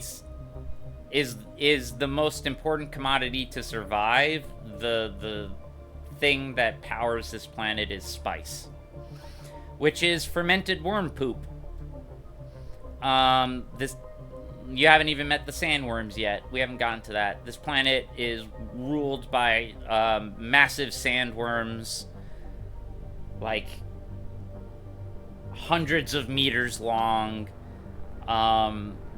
They eat the sand. Their insides are a chemical furnace. They have these giant teeth, which the Fremen sharpen into knives called Chris knives. They're like the sharpest knives ever. They're terrifying, and they are the single greatest hazard. Vibration on the sand attracts them.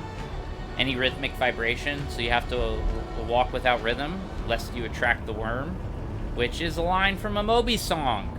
If you've ever, I don't know, not Moby. What was it? It's Fatboy Slim, rather. Weapon of Choice, which stars Christopher Walken dancing in a music video. There's a line in the song going, "Walk without rhythm, so you don't attract the worm." That's Dune. And then later, Christopher Walken plays the Emperor in the latest Dune movie. So, you know, life finds a way. Life finds a way. Now I'm finding my trooper trainer, who is like a hopeless spice addict. She's hidden. Like, I gotta go around places. Yes. Good comparison. Any game that has, like, a giant sandworm in it, like even, or a movie like Beetlejuice, the worms in Beetlejuice they're a Dune reference. That's the idea of you bomb the sand and big things pop up. Yep. The Fremen have a device called a thumper, which they use to attract a worm to both sabotage enemies, and secretly the Fremen know how to mount and ride the sandworms. They basically develop their very scary reflexes. They can jump onto a worm, and they develop these type of grappling hooks called maker hooks. They call the worms the maker because they create spice, they make life, and they consider the giant sandworms to be a living aspect of God, so they worship the worms as God. They call the giant sandworm Shai Hulud, and the giant sandworm isn't a single worm, it's a classification. It's like any big ass worm is called Shai Hulud. You're back. Because I'm not a Fremen, no one is in this game. You just have to run from worms. You use thumpers to distract, to get them away from, like, spice patches. Did you find Kumari? Please say you did. Please. I promise to walk the honorable path for the rest of my days. She has some implants that are fucking her up, and she needs drugs.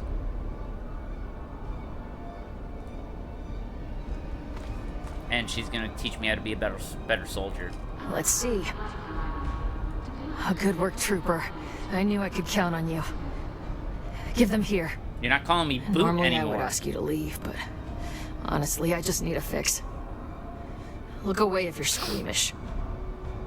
Oh yeah, she explained that these drugs are also gonna be like giving her a huge high that's better than any orgasm, she said. Oh, there it is. Damn. Dr. Kumari knows how to mix chems. Good work, trooper. You came through. Yeah, you've been calling me Boot this whole time. That's right. Call it a field promotion. You did what it took to get the mission done. Why, hello, Dapper. And that's what it is to be a trooper. You get the job done. We had my DM on I still earlier, owe you training, and now we got one of my but party I need members. some downtime first. Actually, you're playing Go Grub. get I was yourself talking about drunk Grub. Or late, or better yet, drunk My and bug man. late. You can find me later. Get drunk and laid. Dapper, I don't know if you remember Sin, but she's like my VIP here. You're back. Yes, sweet beloved Grub. I want more training. Very good, Trooper. You've come a long way. You ready to tell me why you're no longer welcome at the Atreides barracks? It's an embarrassing story, but Gurney Halleck gets his front teeth kicked in, and that's funny as hell. So I'll Oh, spill. Gurney Halleck. That's Patrick And Stewart. before you Sin. ask, he had them replaced, so you can't tell. Don't feel bad for Gurney. It was his own damn fault. That's Patrick Stewart / Thanos. I haven't found him in the game yet. You can find a lot of the characters. Oh, what? Auto mod, allow. It's been a long time since I've used Twitch, Dapper. I have to orgasmo cocaine and then you get a promotion, right? Don't you love that? I love it. Alright. He had them replaced so you can't tell, but don't feel bad for Gurney. Yeah. Tell me. Gurney and me go way back. We first bonded over our mutual hatred of the Harkonnen. Gurney was a former Gurney Harkonnen knew I slave. had lady beef swelling in my loins for him, so he got a bottle of that rare Lankavale hooch, the kind the monks make. She is filthy. Gurney knew I had lady beef swelling. Lady beef swelling. That's a new one for you, Sin. Holy shit. That's a line. That is a line. Yeah, I gotta. I want to do this. Don't you mean Guy Sprit the clear? I want to be the smarty pants mentat, but I gotta go. I got it. Beef swelling? You never heard of beef swelling before? Ah, we've been saying that forever. It refers to the, Yeah, I you get know, it. swelling of the loin. A Yeah, I man's fucking get it. Beef. Get it? You can get lady beef swelling on rye from Arby's for $5.99. I have to Yeah. do that. He got kicked out of the Seleucid Bull for fighting. Fade and Aristay's wedding hadn't imploded yet, so they were allowing Harks in the Bull. Of course, that didn't sit right with Gurney and me, and we were lit, so we made our feelings known. The next part's a blank, but the sheriff was called. So, Ariste is the not Paul Atreides, the daughter that exists in this setting, and as the Bene Gesserit originally wanted, she was engaged to the psychotic, incestuous nephew of Baron Harkonnen, the Fade Rautha, and Fade's a fucking psychopath, and he apparently murdered an entire entourage of slaves in honor of his bride-to-be. And Ariste Ari Atreides, as she's called, very wisely called things off. She's like, I'm not marrying that asshole. Even though their union is supposed to create the Kwisatz Haderach. Yeah, he would. If Paul were here, he'd run his fade. I don't know how much you know about this game, Dapper, but it's an alternate timeline. We're playing through one of Paul's spice visions. He's trying to find a future that doesn't end in the jihad in his name, and he finds one, and the caveat is it's a future he can never achieve because it requires him never being born. Yeah, this whole game is a Paul hallucination, it's so cool. It's my cat's hallucination. You're dreaming it. When you're napping, you're dreaming this video game. Yeah, you are. Yeah, cute guy. That part's coming up. Don't jump ahead, Trooper. Anyhow, as I said, my memory's hazy, but somehow we ended up back in the barracks. Last thing I remember is being in his bed, and then nothing. I blacked out entirely. The rest was told to me secondhand. Right? I was talking about the Spacing Guild earlier. It not only does it get you high and let you fold space and time and dream new universes, if you have enough of it, you're effectively immortal and you turn into a weird floating mutant. Which is what the guild navigators look like. They're awful. Oh, the Spacing Guild's so creepy. You do see some representatives of them here because they run the banks. You can't join them as a faction. This game is only Atreides and Harkonnen right now. I suspect the next faction they would add is House Carino because the Emperor is here. Because there's an ongoing war, the Emperor is paranoid about spice production, so the Sardaukar are just, like, floating around in patrols. They supposedly murdered all the Fremen. The Fremen are missing in this game. I don't believe it for a second. The game is heavily hinting that they're not really dead. Notoriously, the universe underestimates their true power because Paul wasn't there to point out how many Fremen there actually are. Everyone, I believe, only thinks that there's still only like tens of thousands of them and not millions of Fremen which live in the deep desert. Yes.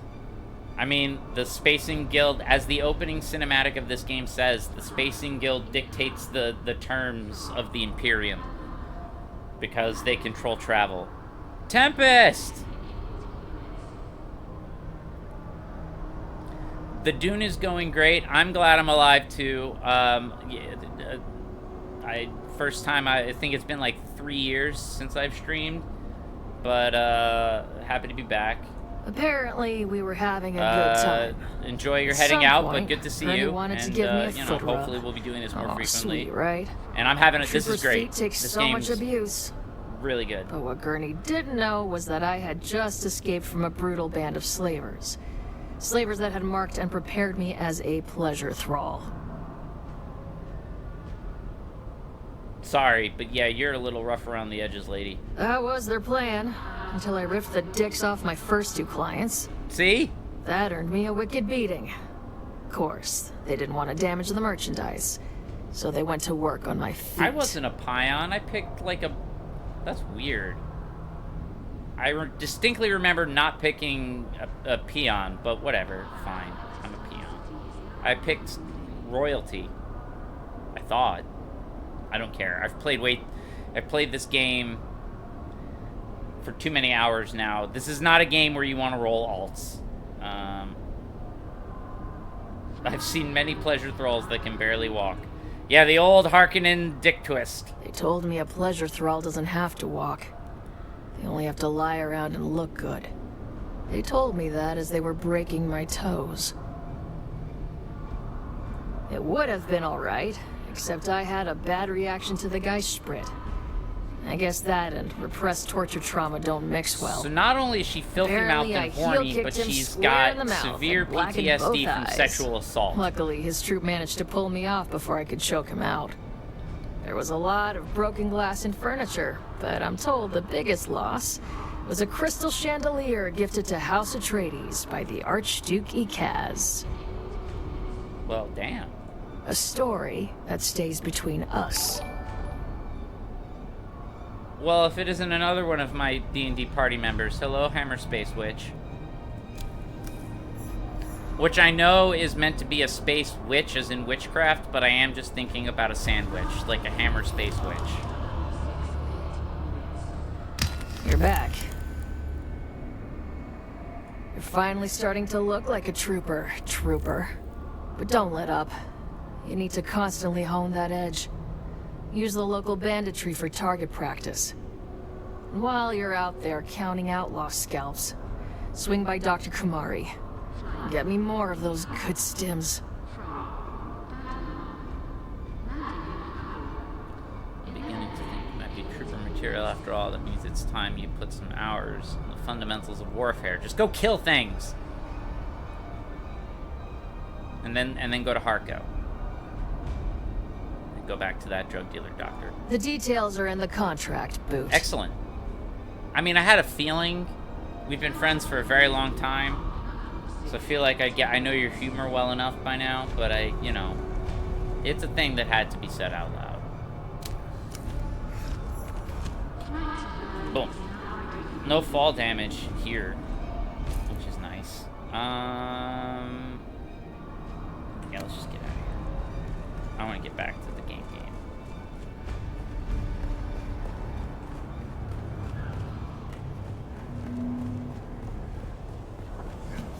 That's a very specific recipe, Dapper. I don't know how I feel about that. I find it distasteful. Alright. Now... Oh god, I'm already moving. I gotta get back to the Haga Basin, which is where? This is the worst part of the game right now. There we go. Alright, Haga Basin. And then... Okay. We're okay now. We're okay. It hits you like a hammer and you're left reeling in a spaced out way. Full meat sweats. Full meat sweats.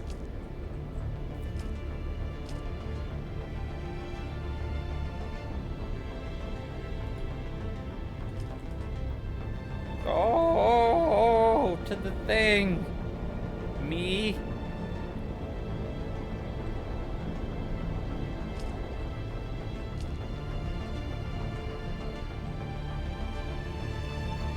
I think the first thing we're gonna go do is find that Bene Tleilax shit nozzle. The Bene Tleilax. I sound delicious.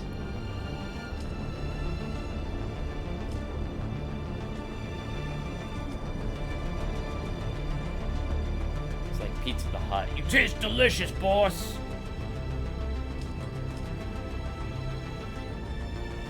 Alright, let's go. Get me here. Like, I don't know. Are these other players? These lights aren't. But, like, are they just showing me ships?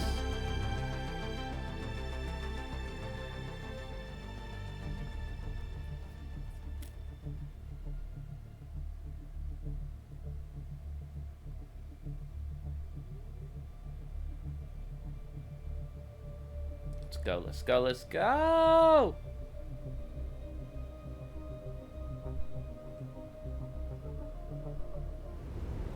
I just might eat myself to death! Alright.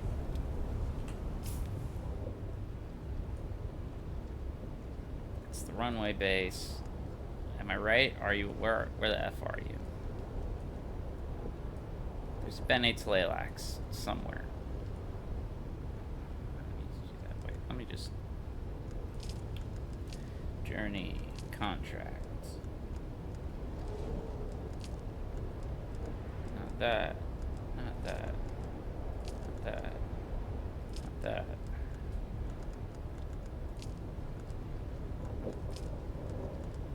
Nope. Nope.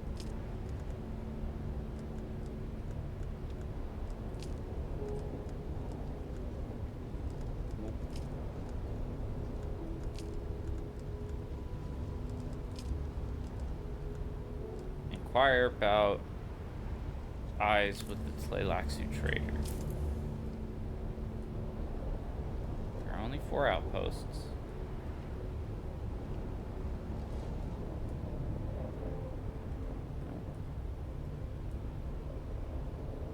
There we go. Okay. It's that Pinnacle Station.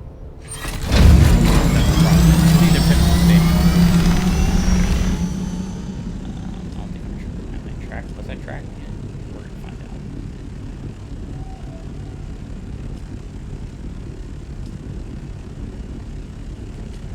Alright, now we're definitely tracking it.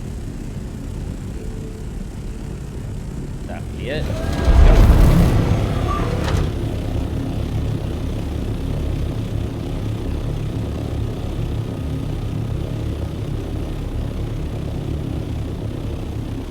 I know this Ornithopter's theme seems slow,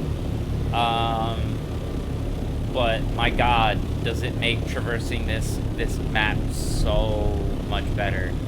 Every time you unlock a new vehicle in this game, it like really tangibly changes the gameplay. You start by having to walk everywhere, then you get a little like a little ATV, then you get like a dune buggy, and then you get, this is the lightest, this is the scout ornithopter. You do not want to get caught by that. If you get caught in those lights, you get like frozen in place by a tractor beam, and they send mercenaries down to either kill or enslave you. It's bad news, man. Sector weather alert. A large sandstorm is approaching. Okay, I'm getting out of here. I gotta go down. Now. I'll be fine down here.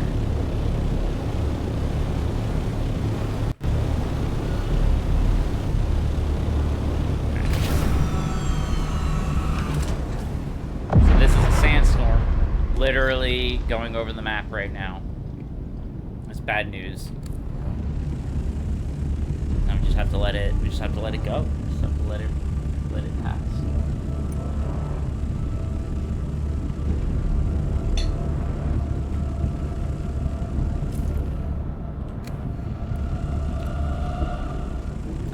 Let's refuel while I'm here.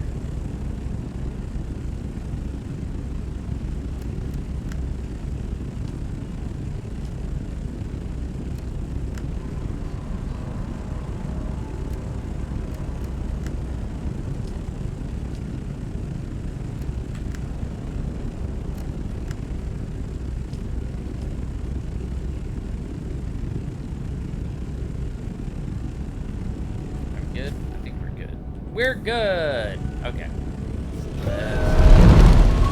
Get back at it.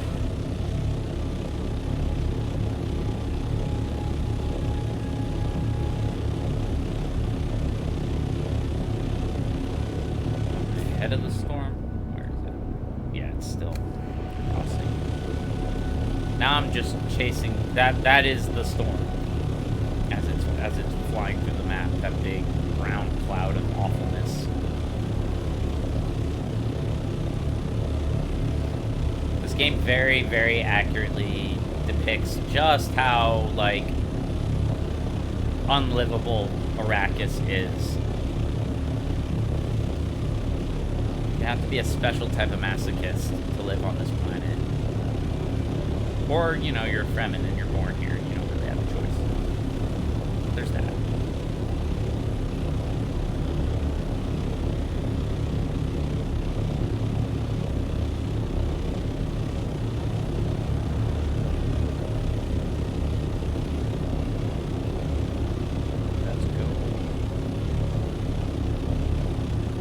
I unlocked the schematics for the next ornithopter, which will allow me to have both a storage unit and a booster on it. So I'm looking forward to that, although I think because it's bigger, it may just have a smaller base speed. I don't know, I'll figure it out.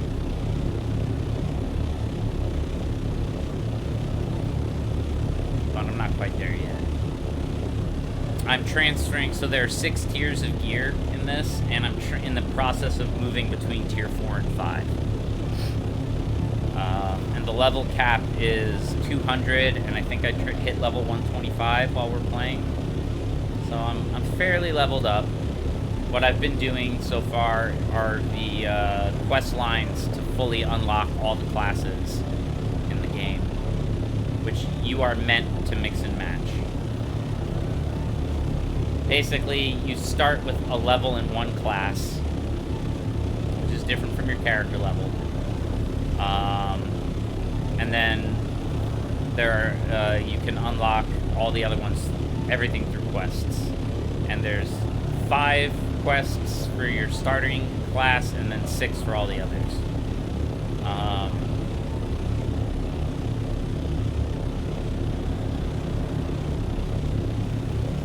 Basically, there's 3 ranks. There's like level 3 skills, and then there are 3 trees for each class. And there's what they call a capstone ability, and you have to do a quest for each capstone ability. And I'm trying to at least get to the capstone quests for all the classes. I've started, again, because I started as a mentat. Oh, here we go. Almost flying right over it.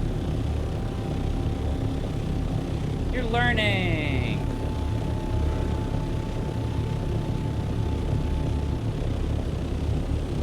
Now, can I get my ornithopter in shelter? Yeah, I can. Okay. There we go. Let's go talk to a weird psychogeneticist of the Bene Tleilaxu. Alright, you. These guys are super creepy, and they're from the sequel books, and I'm really, I'm very excited by how much Dune lore made it into this. Welcome back. Well, then you've come to the right place. Are these illicit goods too expensive for you to purchase? Almost certainly. But we propose a trade, yes? There has been trouble. Experiments have escaped their enclosures, That's fled scary. our custody. We have tracked them to a nearby ecological testing station. So these guys are Kill our amoral escaped experiments before they geneticists. attract too much notice. In return, we will provide the eyes you require.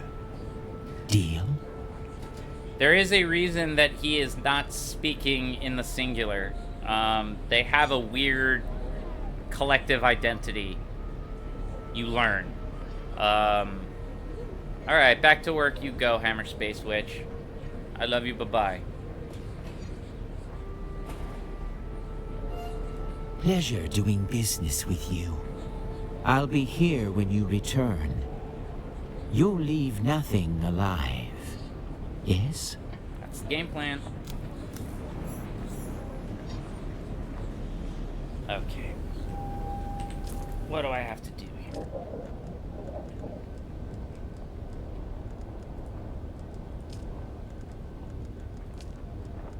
Black Market, do the lab cleanup. Go to the Stone Sentinel. So many things. We're gonna finish this stuff up though. Because these are, I guess I'm trying to get to the capstone skills. I want to be able to have all 3 ranks. I also need to figure out how to trigger Planetologist. But whatevs. One thing at a time. Yeah, I unlocked trooper stuff. Oh, I have 3. I can rank up something cool.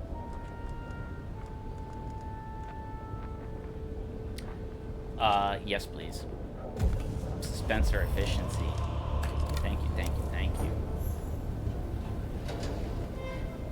Alright. Where are you? Wait, what else is here? Oh, did I already do it? I think I might have already done it. So you can complete quests by running through areas, and you can just you'll pick up the quest items. You don't have to go back and do it again.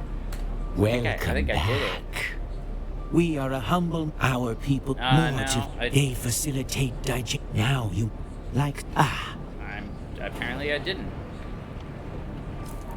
I guess it's, what is it, a different journey? Where's lab cleanup? Oh, it's another quest. Alright, that makes more sense. I gotta go to Station 17 and fuck some dudes up.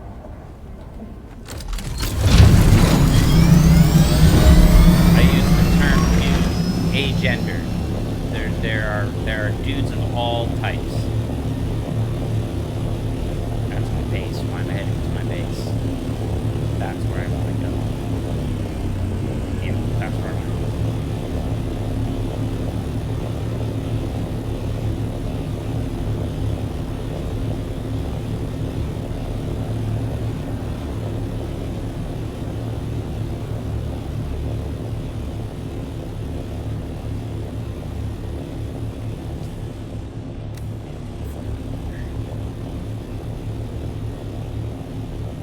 Alright.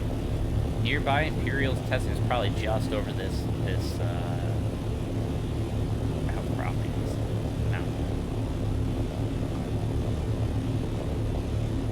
lots of player bases around here. Very popular area, apparently. I get why. It's relatively close to a trading outpost. I put myself somewhere recognizable so that I could easily navigate back to it. There's the Imperial testing station. Once again, let's see. Did any player leave a base configured in such a way that I can land my ship and have a little cover here? I think so. This is an Atreides base. You can tell by the stonework. I don't want to block any of this player's stuff, but I do very much. I just want to leave my shit here. Turn on my personal shield. Check my skills. Let's get that turret back, or do I want the turret?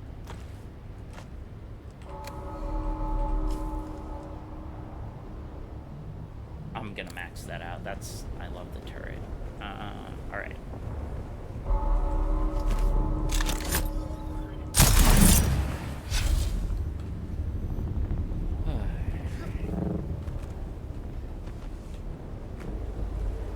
Yay, suspensor technology. I do love that everyone can kind of float like the Destiny Warlocks. Which is from the books. This is very accurate, lore accurate. Alright, now we gotta kill a bunch of sons of bitches.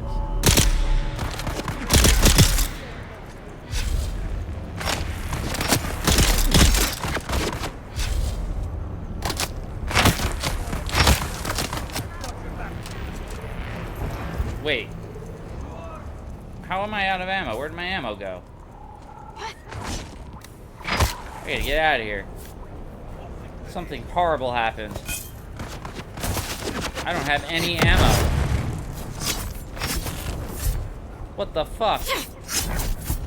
Did I leave it at base? I must have left it at base like a schmuck.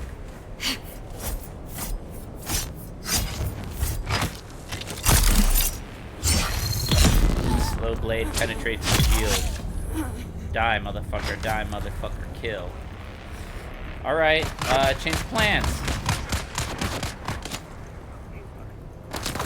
Do I have any heavy weapons on me? No, I don't even have any heavy weapon darts. What a dingle butt.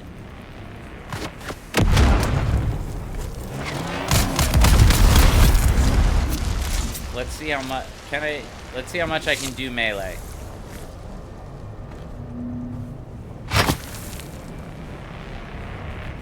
Which does mean respecking, because I don't feel like going all the way back. Wow, that was very stupid of me. Welcome to Dune. Yeah, I straight up just didn't pick up ammo when I left. Okay. Just get this Blade Master.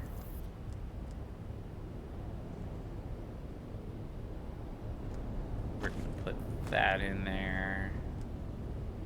I haven't even really tried this, so we're gonna try this. I'm very melee now.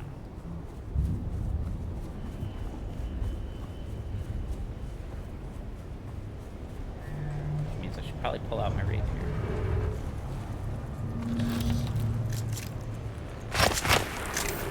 Alright, I'm not... Usually there's a lot of ammo here, so if I'm careful here... These are snipers.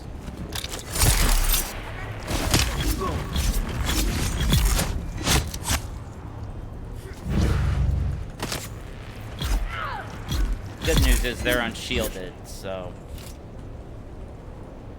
take their blood for their sweet, sweet water.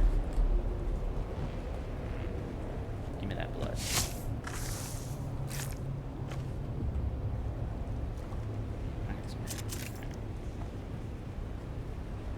Alright, I'm not completely shit out of luck. I mean, I gotta be really careful. Cody! What's up, my man? I am not completely surprised, but very pleased that so many of my my old-time regular people have stopped by. been a few years, my friend. I mean, at least on Twitch. We've spoken a little bit on my Discord. For those of you who are not part of, it's free to join. It's in my about. It's just a place to talk about stuff that we like. There's no monetization behind it. There's no real purpose to it other than, you know, we want to talk about games and cats and stuff.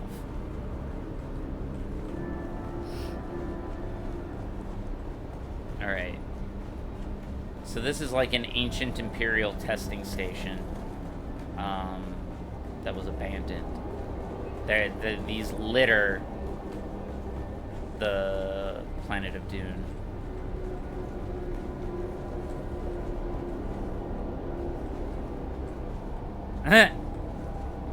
I hope the family is doing well. You don't have to answer that. That's just a general. Oh God! Oh God!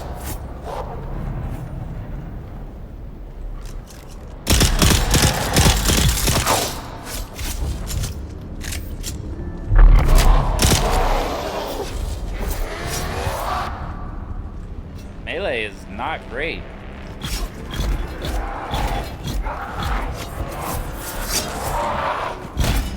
Oh, you've got knives now. That's great. I really like that. Alright, recharge stamina.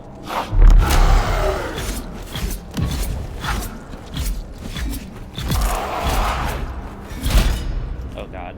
Get me away. Ooh, deep. Yeah, he's chilling. He's back. He's the little brown lump over there. I mean, when this game came out, I was like, if there's any game I'm going to come back to streaming, it's going to be this one. Oh, I did it! Do I want this weird Tleilaxu blood? Yes. Yes, I do.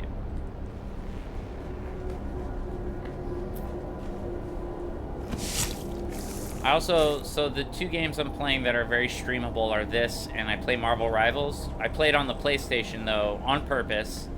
Controllers are less precise, and I don't play competitive. I want a much more casual experience. I have seen, because I want to get the Twitch drops, so I have seen what the streaming community is, and it's very toxic, and I don't like it.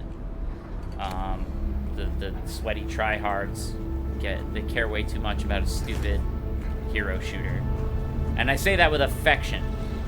I do love it. Now, the reason I am continuing to run through this is these Imperial testing stations, they're kind of like the equivalent of dungeons in an MMO.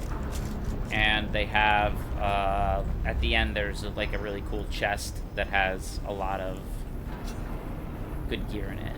We are going to continue to be melee-oriented. Doesn't help that there's like practice dummies around here. What's your purpose here, Imperial? The enemy is exposed.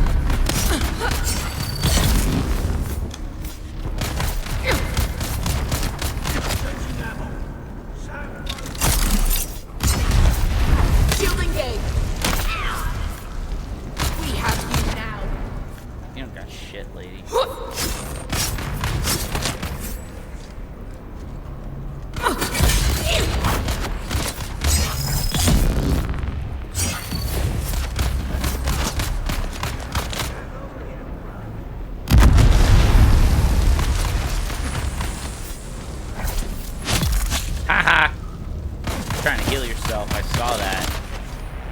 You're unshielded, so you can go get effed. I mean, that's got to be one of the best. I'm not a parent, but if I ever am one day, I imagine that has to be a pretty great part of it, is just living vicariously through your kids. All right, no more. I can carry no more blood.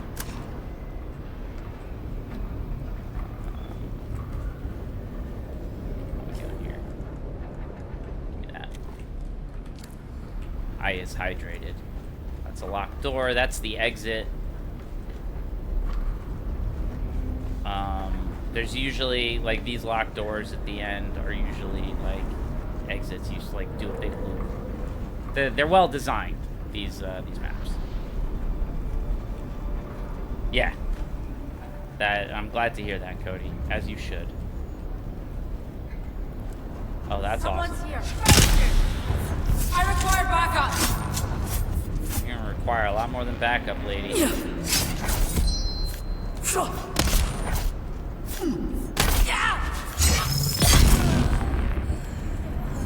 Alright.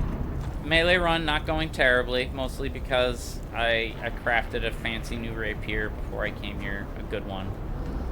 So, and like I said, I'm not the most powerful, but I'm not weak either. I'm not at a beginning point in the game. I would say I'm beginning to creep past the halfway point.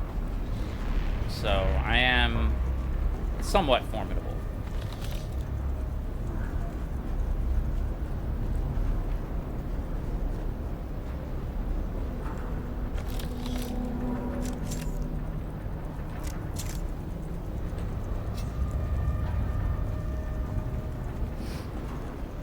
So these basically the planetologists, the ecologists we're trying to find a way to change the habitat of Dune to make it not a horrible desert, but then they discovered the spice and the necessity of both the worms and the desert. It's all kind of interrelated. Oh god, flamethrower.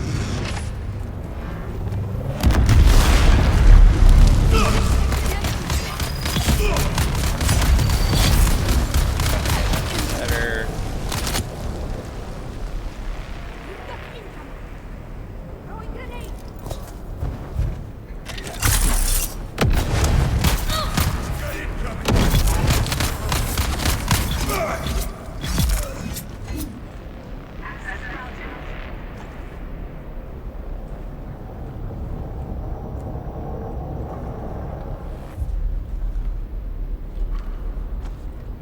That sounds like a great time, Cody.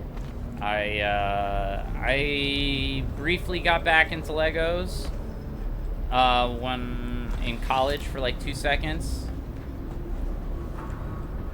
Right? And they announced Spaceballs 2. And I love that they're getting Bill Pullman's son, Lewis Pullman, to play Lone Star's son. Starburst. So good. I think not.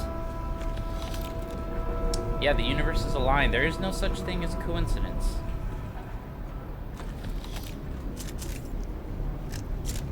Yeah, I think it's pretty amazing too. Mel Brooks is 99 years old.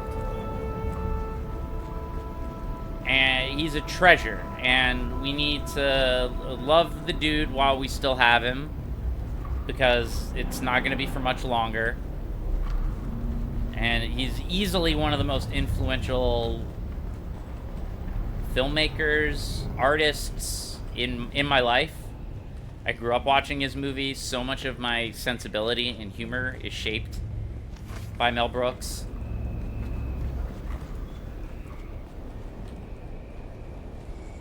And he's edgier than people think. Like, he gets a pass. Everyone's like, oh yeah, Mel Brooks is harmless. I'm like, have you watched Blazing Saddles recently? He co-wrote that with Richard Pryor. Not a harmless movie. Very, very racy. Would never get made today. Alright, there's nothing here. Sometimes there's stuff in the bushes, but not today.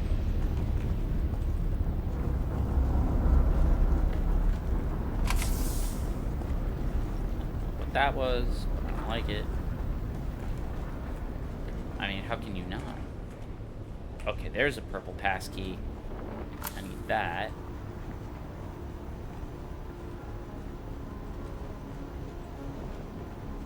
Anything else cool here? There's a chest.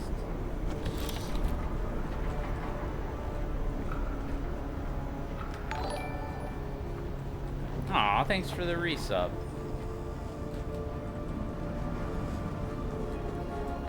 It's been nice. All my regulars are popping on. Those that can. And then my friends, my IRL friends. Entirely my D&D group. Half my D&D group showed up, which I shouldn't be surprised about. Because while we play D&D, we're on Discord and we are simultaneously streaming games. Well, not me, but others. They're streaming games while playing this one. Alright. Alive. Good, I'm all maxed out on water. That's good to know. This is a fairly simple testing station. Okay, you're streaming something, but you're streaming, Dapper. You're streaming something. I'm usually not watching, in all seriousness. I know Hammer Space Witch is streaming games, because that's how Hammer Space Witch do.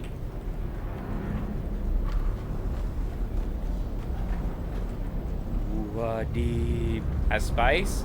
Yeah, all the spice emotes now have extra meaning for this game. I'm very pleased. It's very appropriate.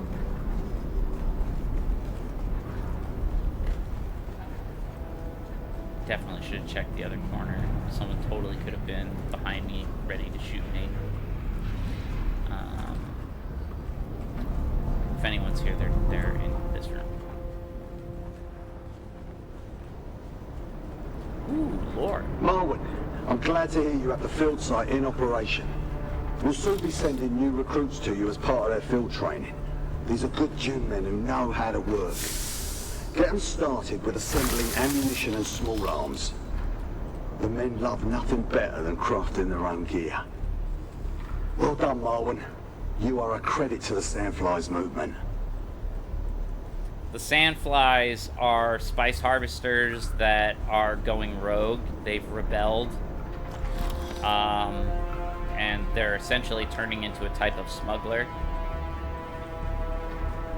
They don't like being caught in between the house war of Atreides and Harkonnen, so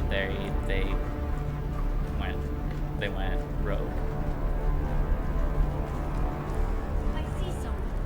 I see you. Hey, buddy. Get dead. So glad I unlocked Swordmaster. This would have gone way worse.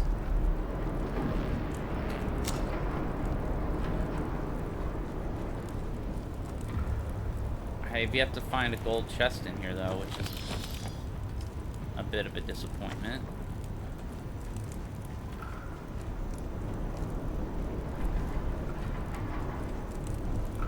And pick up one. Can I pick up a body? I can. Good. Picking up a corpse is very useful because the Fremen have this device called the Death Still, where they like suck all the water out of a corpse, and it is the single best way in this game to get large quantities of water quickly. I'm just double checking now to make sure I didn't miss any cool chests. I don't think I did. I don't think this station has...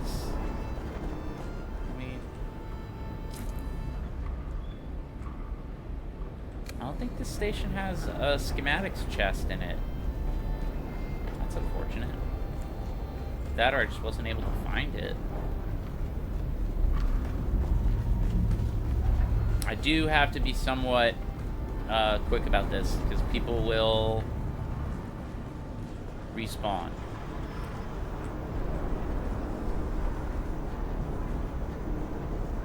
No hidden panels. Sometimes there's like hidden rooms, other cool dungeony stuff. Wasn't in here.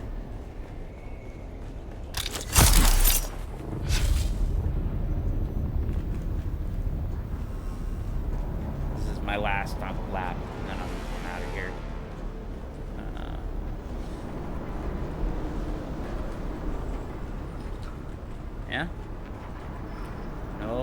gold chest here. Oh well.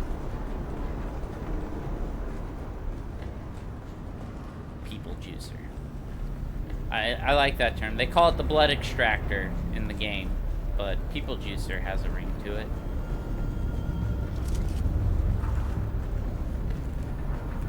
Uh-oh. See, that means someone respawned, and there are bad guys here now that I have to murderify. Let's find them.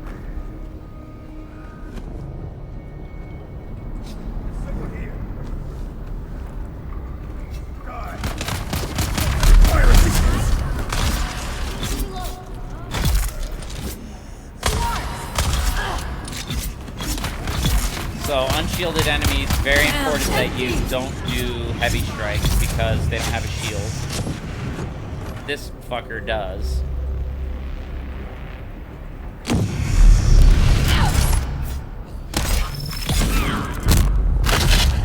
The slow blade penetrates the shield. Oh, come on, get out of here. Okay, I need to get out of here.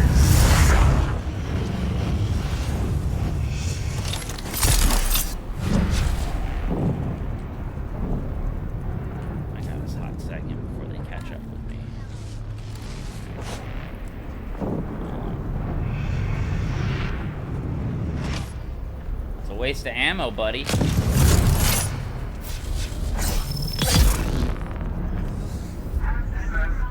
Not very smart. Access granted. Well, finish Doom Part 2. I'm gonna watch Sinners later tonight. I haven't seen it yet. Everyone at work was like, "Or you have to go see Sinners." I saw enemy. Need backup. I've got you covered. God, everyone respawned.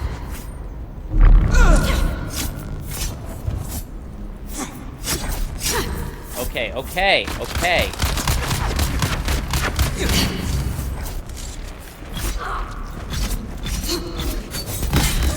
Oh, good. Except not good. I'm out of... Oh, no! Come on! Yeah. Oh, God! Oh, God! Ah!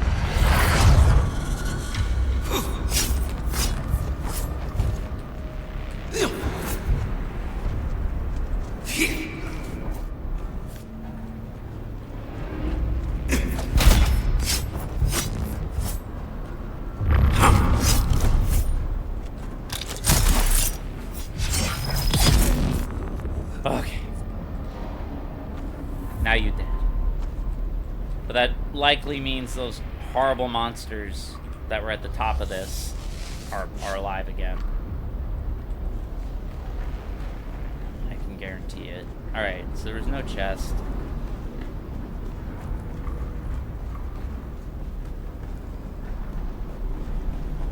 We are going to go back to base after this so that I can continue with a proper amount of ammo. Yeah, finish Dune. It's great.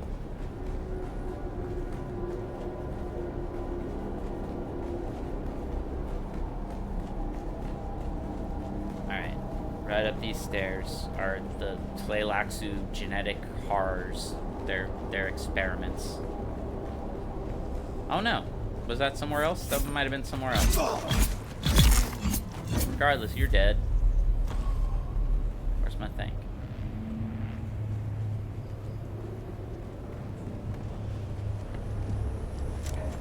Oh, 239? Now we're back in action. No, I left this at somebody's base. I think that guy's base. But I gotta go the long way around. You know what? Oh, it's not worth it. I'm carrying a corpse. I was like, I would gather supplies, but I'm almost fully loaded up because I got a corpse with me.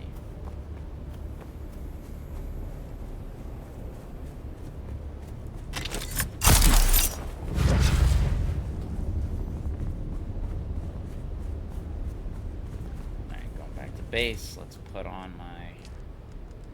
So I actually really like this. The game requires you to do a lot of skill swapping. You can only ever have 3 active and 3 passive abilities on at the same time, and they all do different things. So like I respect for melee. That's why I wanted all the classes, because I can respect for melee. And it's 800 meters away. I'm flying near it. Ugh. Hold on, I'm gonna do this. Might as well. Yeah. Another radiations. There's stuff I can drop. But whatever. I really just need to drop that corpse. Alrighty. I got enough fuel. Let's do this. You gotta be smart.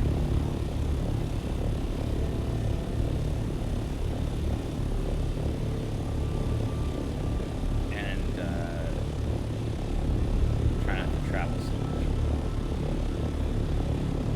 Alright, so this is the first location. No, that's Pinnacle Station. Oh, I'm already leaving it. No, let's fuck it. I'm going back to base. Fuck it all. I can fly back easily enough.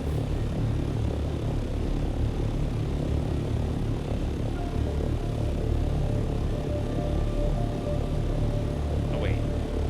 Is that the guy I returned to for the lab cleanup? Hold on. Because if that's the case, it is, actually. Correction. We're gonna hand in this quest, and then we're gonna go back.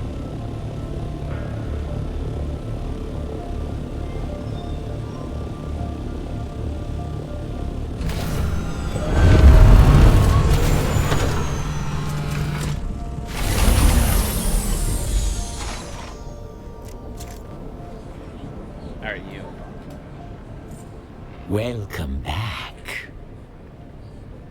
Your thoroughness is appreciated. We are a man of our word. A pair of Tleilaxu eyes. Simply insert them into the ocular cavities. They do the rest.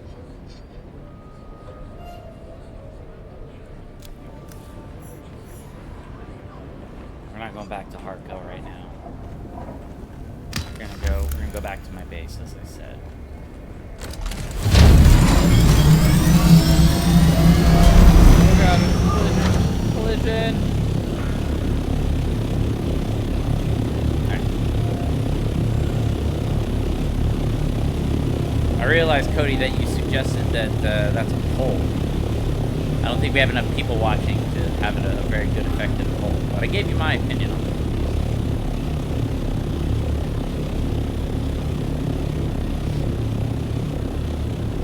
Gotta spend those points on something.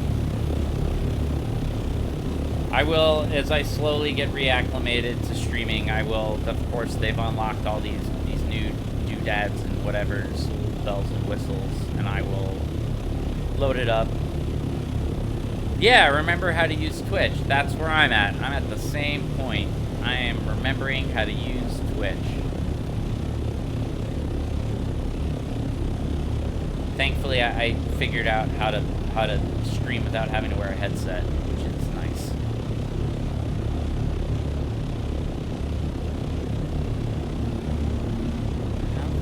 You know, that's how I get through life. Just hit buttons and hope for the best.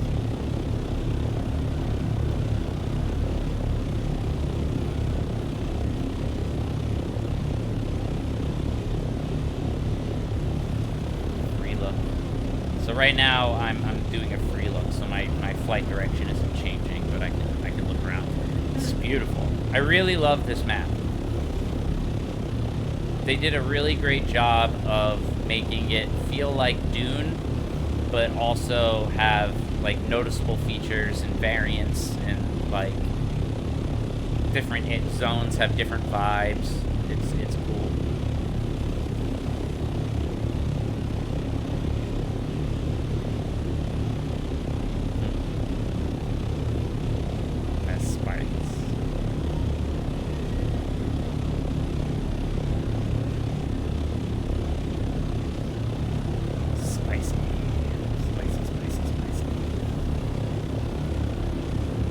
Like that glowing cloud right there, that's radiation.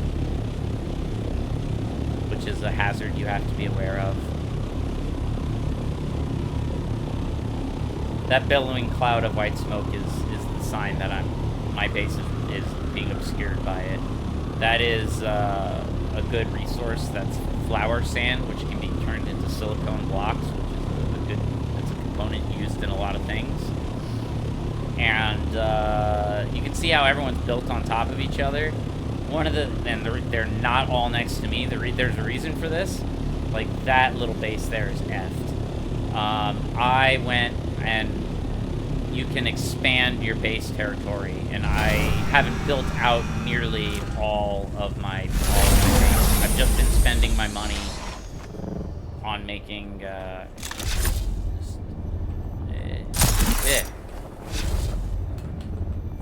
have a ramp, but I was trying to be cool about it.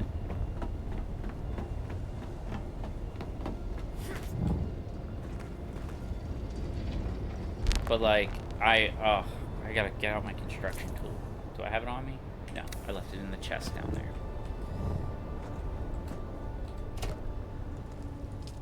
Alright. Yeah, good.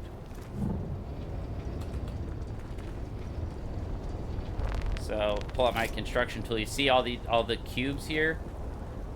That is the extent of my domain.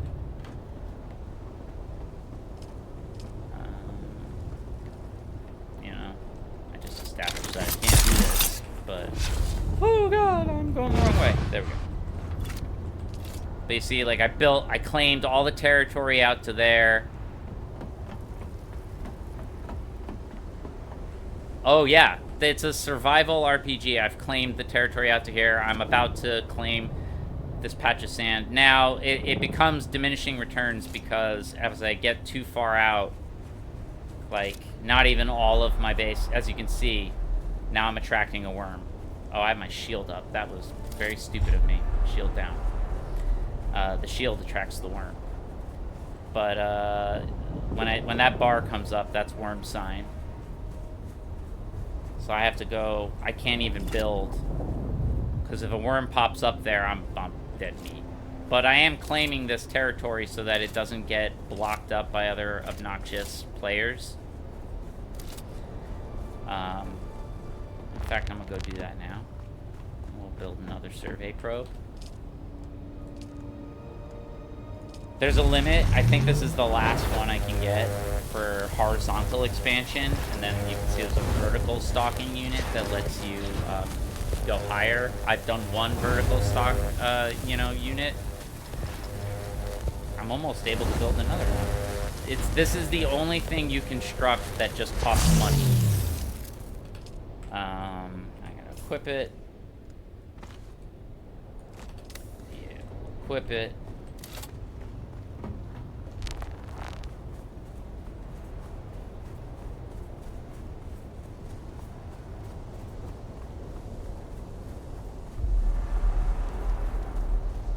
Yeah, so I could build out further and claim the entire patch, but it's on worm territory, and I don't really want to. What I want to do is create like a little safe haven here, like a way station where people can mine safely, and there'll be water and heat protection and all sorts of cool stuff. So yeah, you put that down, and then you wait. I have to wait 15 minutes because I put down so many. The wait time gets longer and longer for each one you put down. So let's go do other things.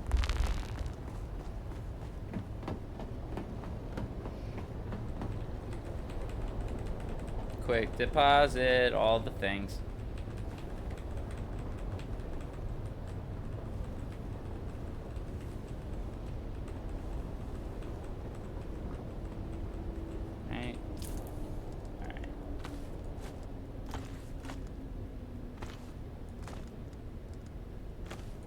Recycled. You're gonna get recycled. You're gonna get recycled. You need to get deposited somewhere. You need to get deposited somewhere. Keep you. Keep you. That's quest stuff. I have a corpse that I have to drop off to.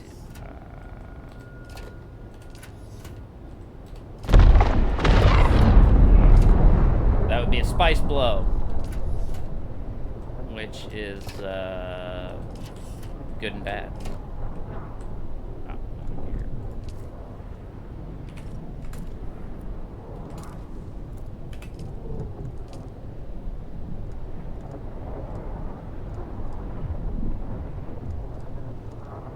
Where did it go? I just picked it up. Oh, I equipped it. That's what happened. Welding torch on. So I gotta repair before I go out. Nope. Nothing.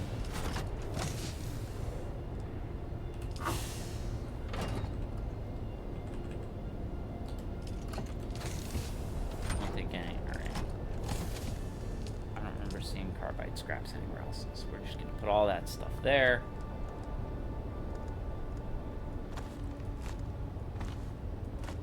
Recycle some shit.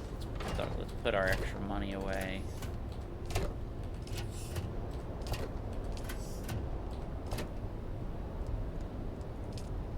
Those are all heavy darts, which I don't need, because I don't really use heavy weapons.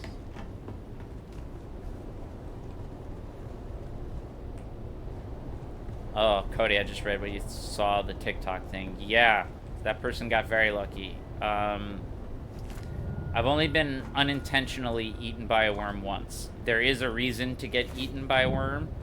It is the worst. You lose everything that's on you, and there's no recovery. It's just gone.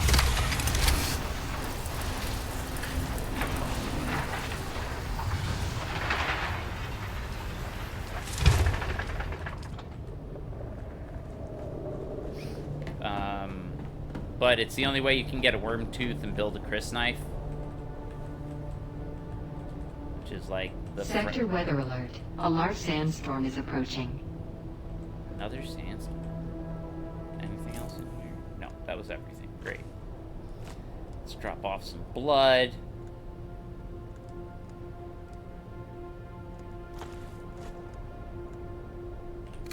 Yeah, let's drop off some blood.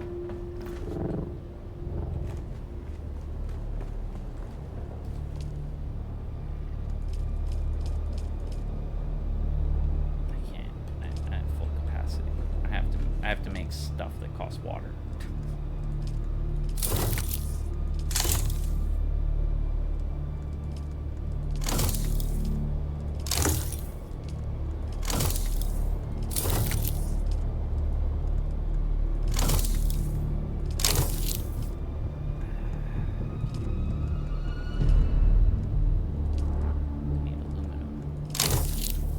Sector weather alert. A large sandstorm is approaching.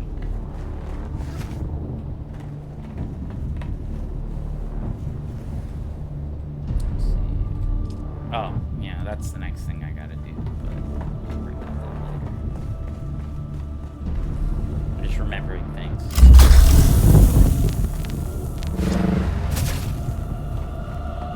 You like that? That's my jumpy portal. I love my jumpy portal. I just built a window straight down. Alright. Yeah, see, there are all the darts I built. And I was like, I knew I had darts. Okay. Let's repair my thopter. And I'm having a good time questing. So we're actually gonna keep doing quests. There's a worm. Right, that's a worm. Hold on. That is a worm. That's a worm.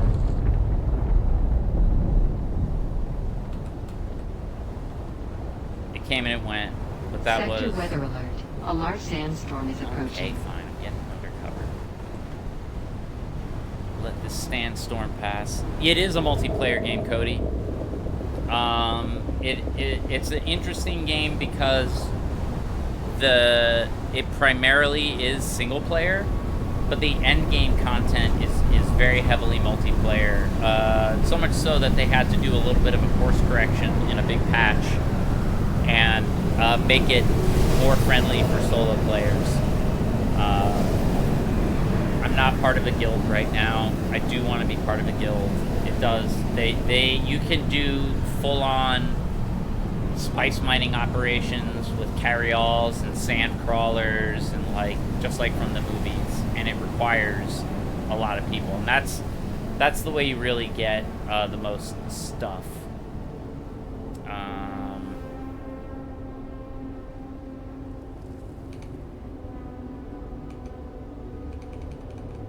I am gonna take a quick bio break. I'll be right back. That's the wrong one. That's the wrong one. I'm remembering how to do this. Transition. Son of a gun.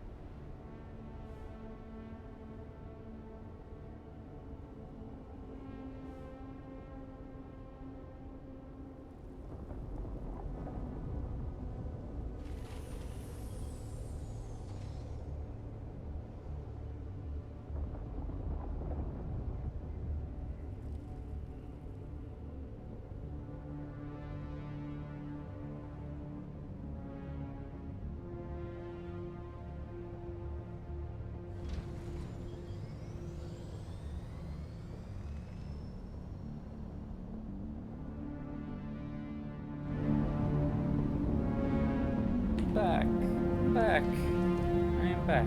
Alright. Everything looks like it's running appropriately. Stretch, yes. So, I'm actually gonna do a little bit of base update, and then I'm gonna take a break because I gotta go food shopping and be a real person, unfortunately. But I will be back on this today. I've been playing this game so much. And apparently when I'm streaming, I focus really well because I got a good amount done. So I'm pleased with my progress. And this is definitely a good game to stream. And for those of you that do play this game, I do have drops enabled, so you can get some cool stuff, some of which I have and am using. This floor is particularly cool because the underneath is lit, and this is a Twitch drop, the observer floor.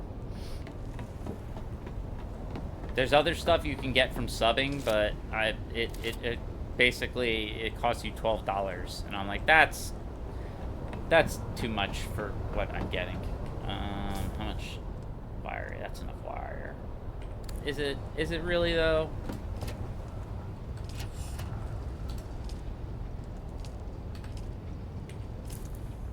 Yeah, we are going to do that. That. Oh, we need more health kits. Now, don't we?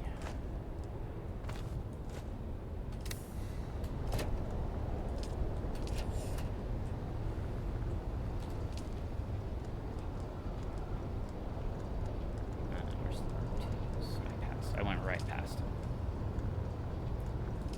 I think I need 4.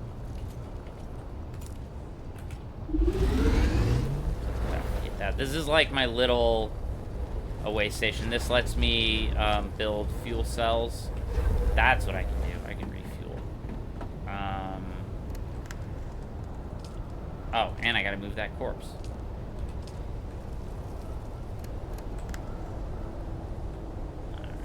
Alright. That. Give me that. I'll grab another fuel cell. I always travel with like one partially used fuel cell and one full.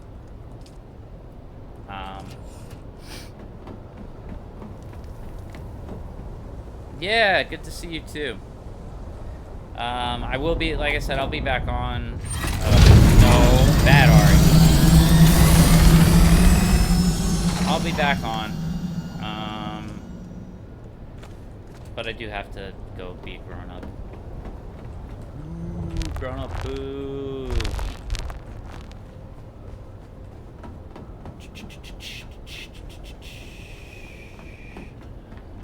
Where's my corpse box? Yeah, you're my corpse box. Okay. But I am very full on water, I believe. Yeah, I got tons of water right now, so I don't need to worry about that at the moment. Let's just get up by the ornithopter, and let's pre-pick what I'm gonna do next. And I've been enjoying doing the class stuff. I'm less focused on these. I want. What are you? You're deliver the. Okay. Let's up my Bene Gesserit next. I have to do a couple of things at the. This stone sentinel location.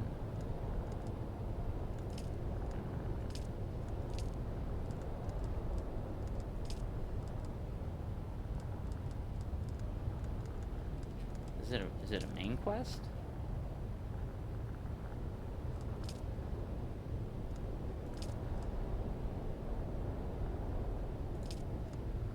Travel to Sheol.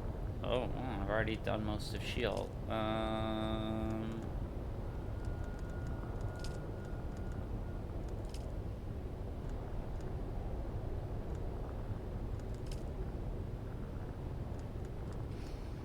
Nope, don't know why I was imagining that. All right, let's head back up.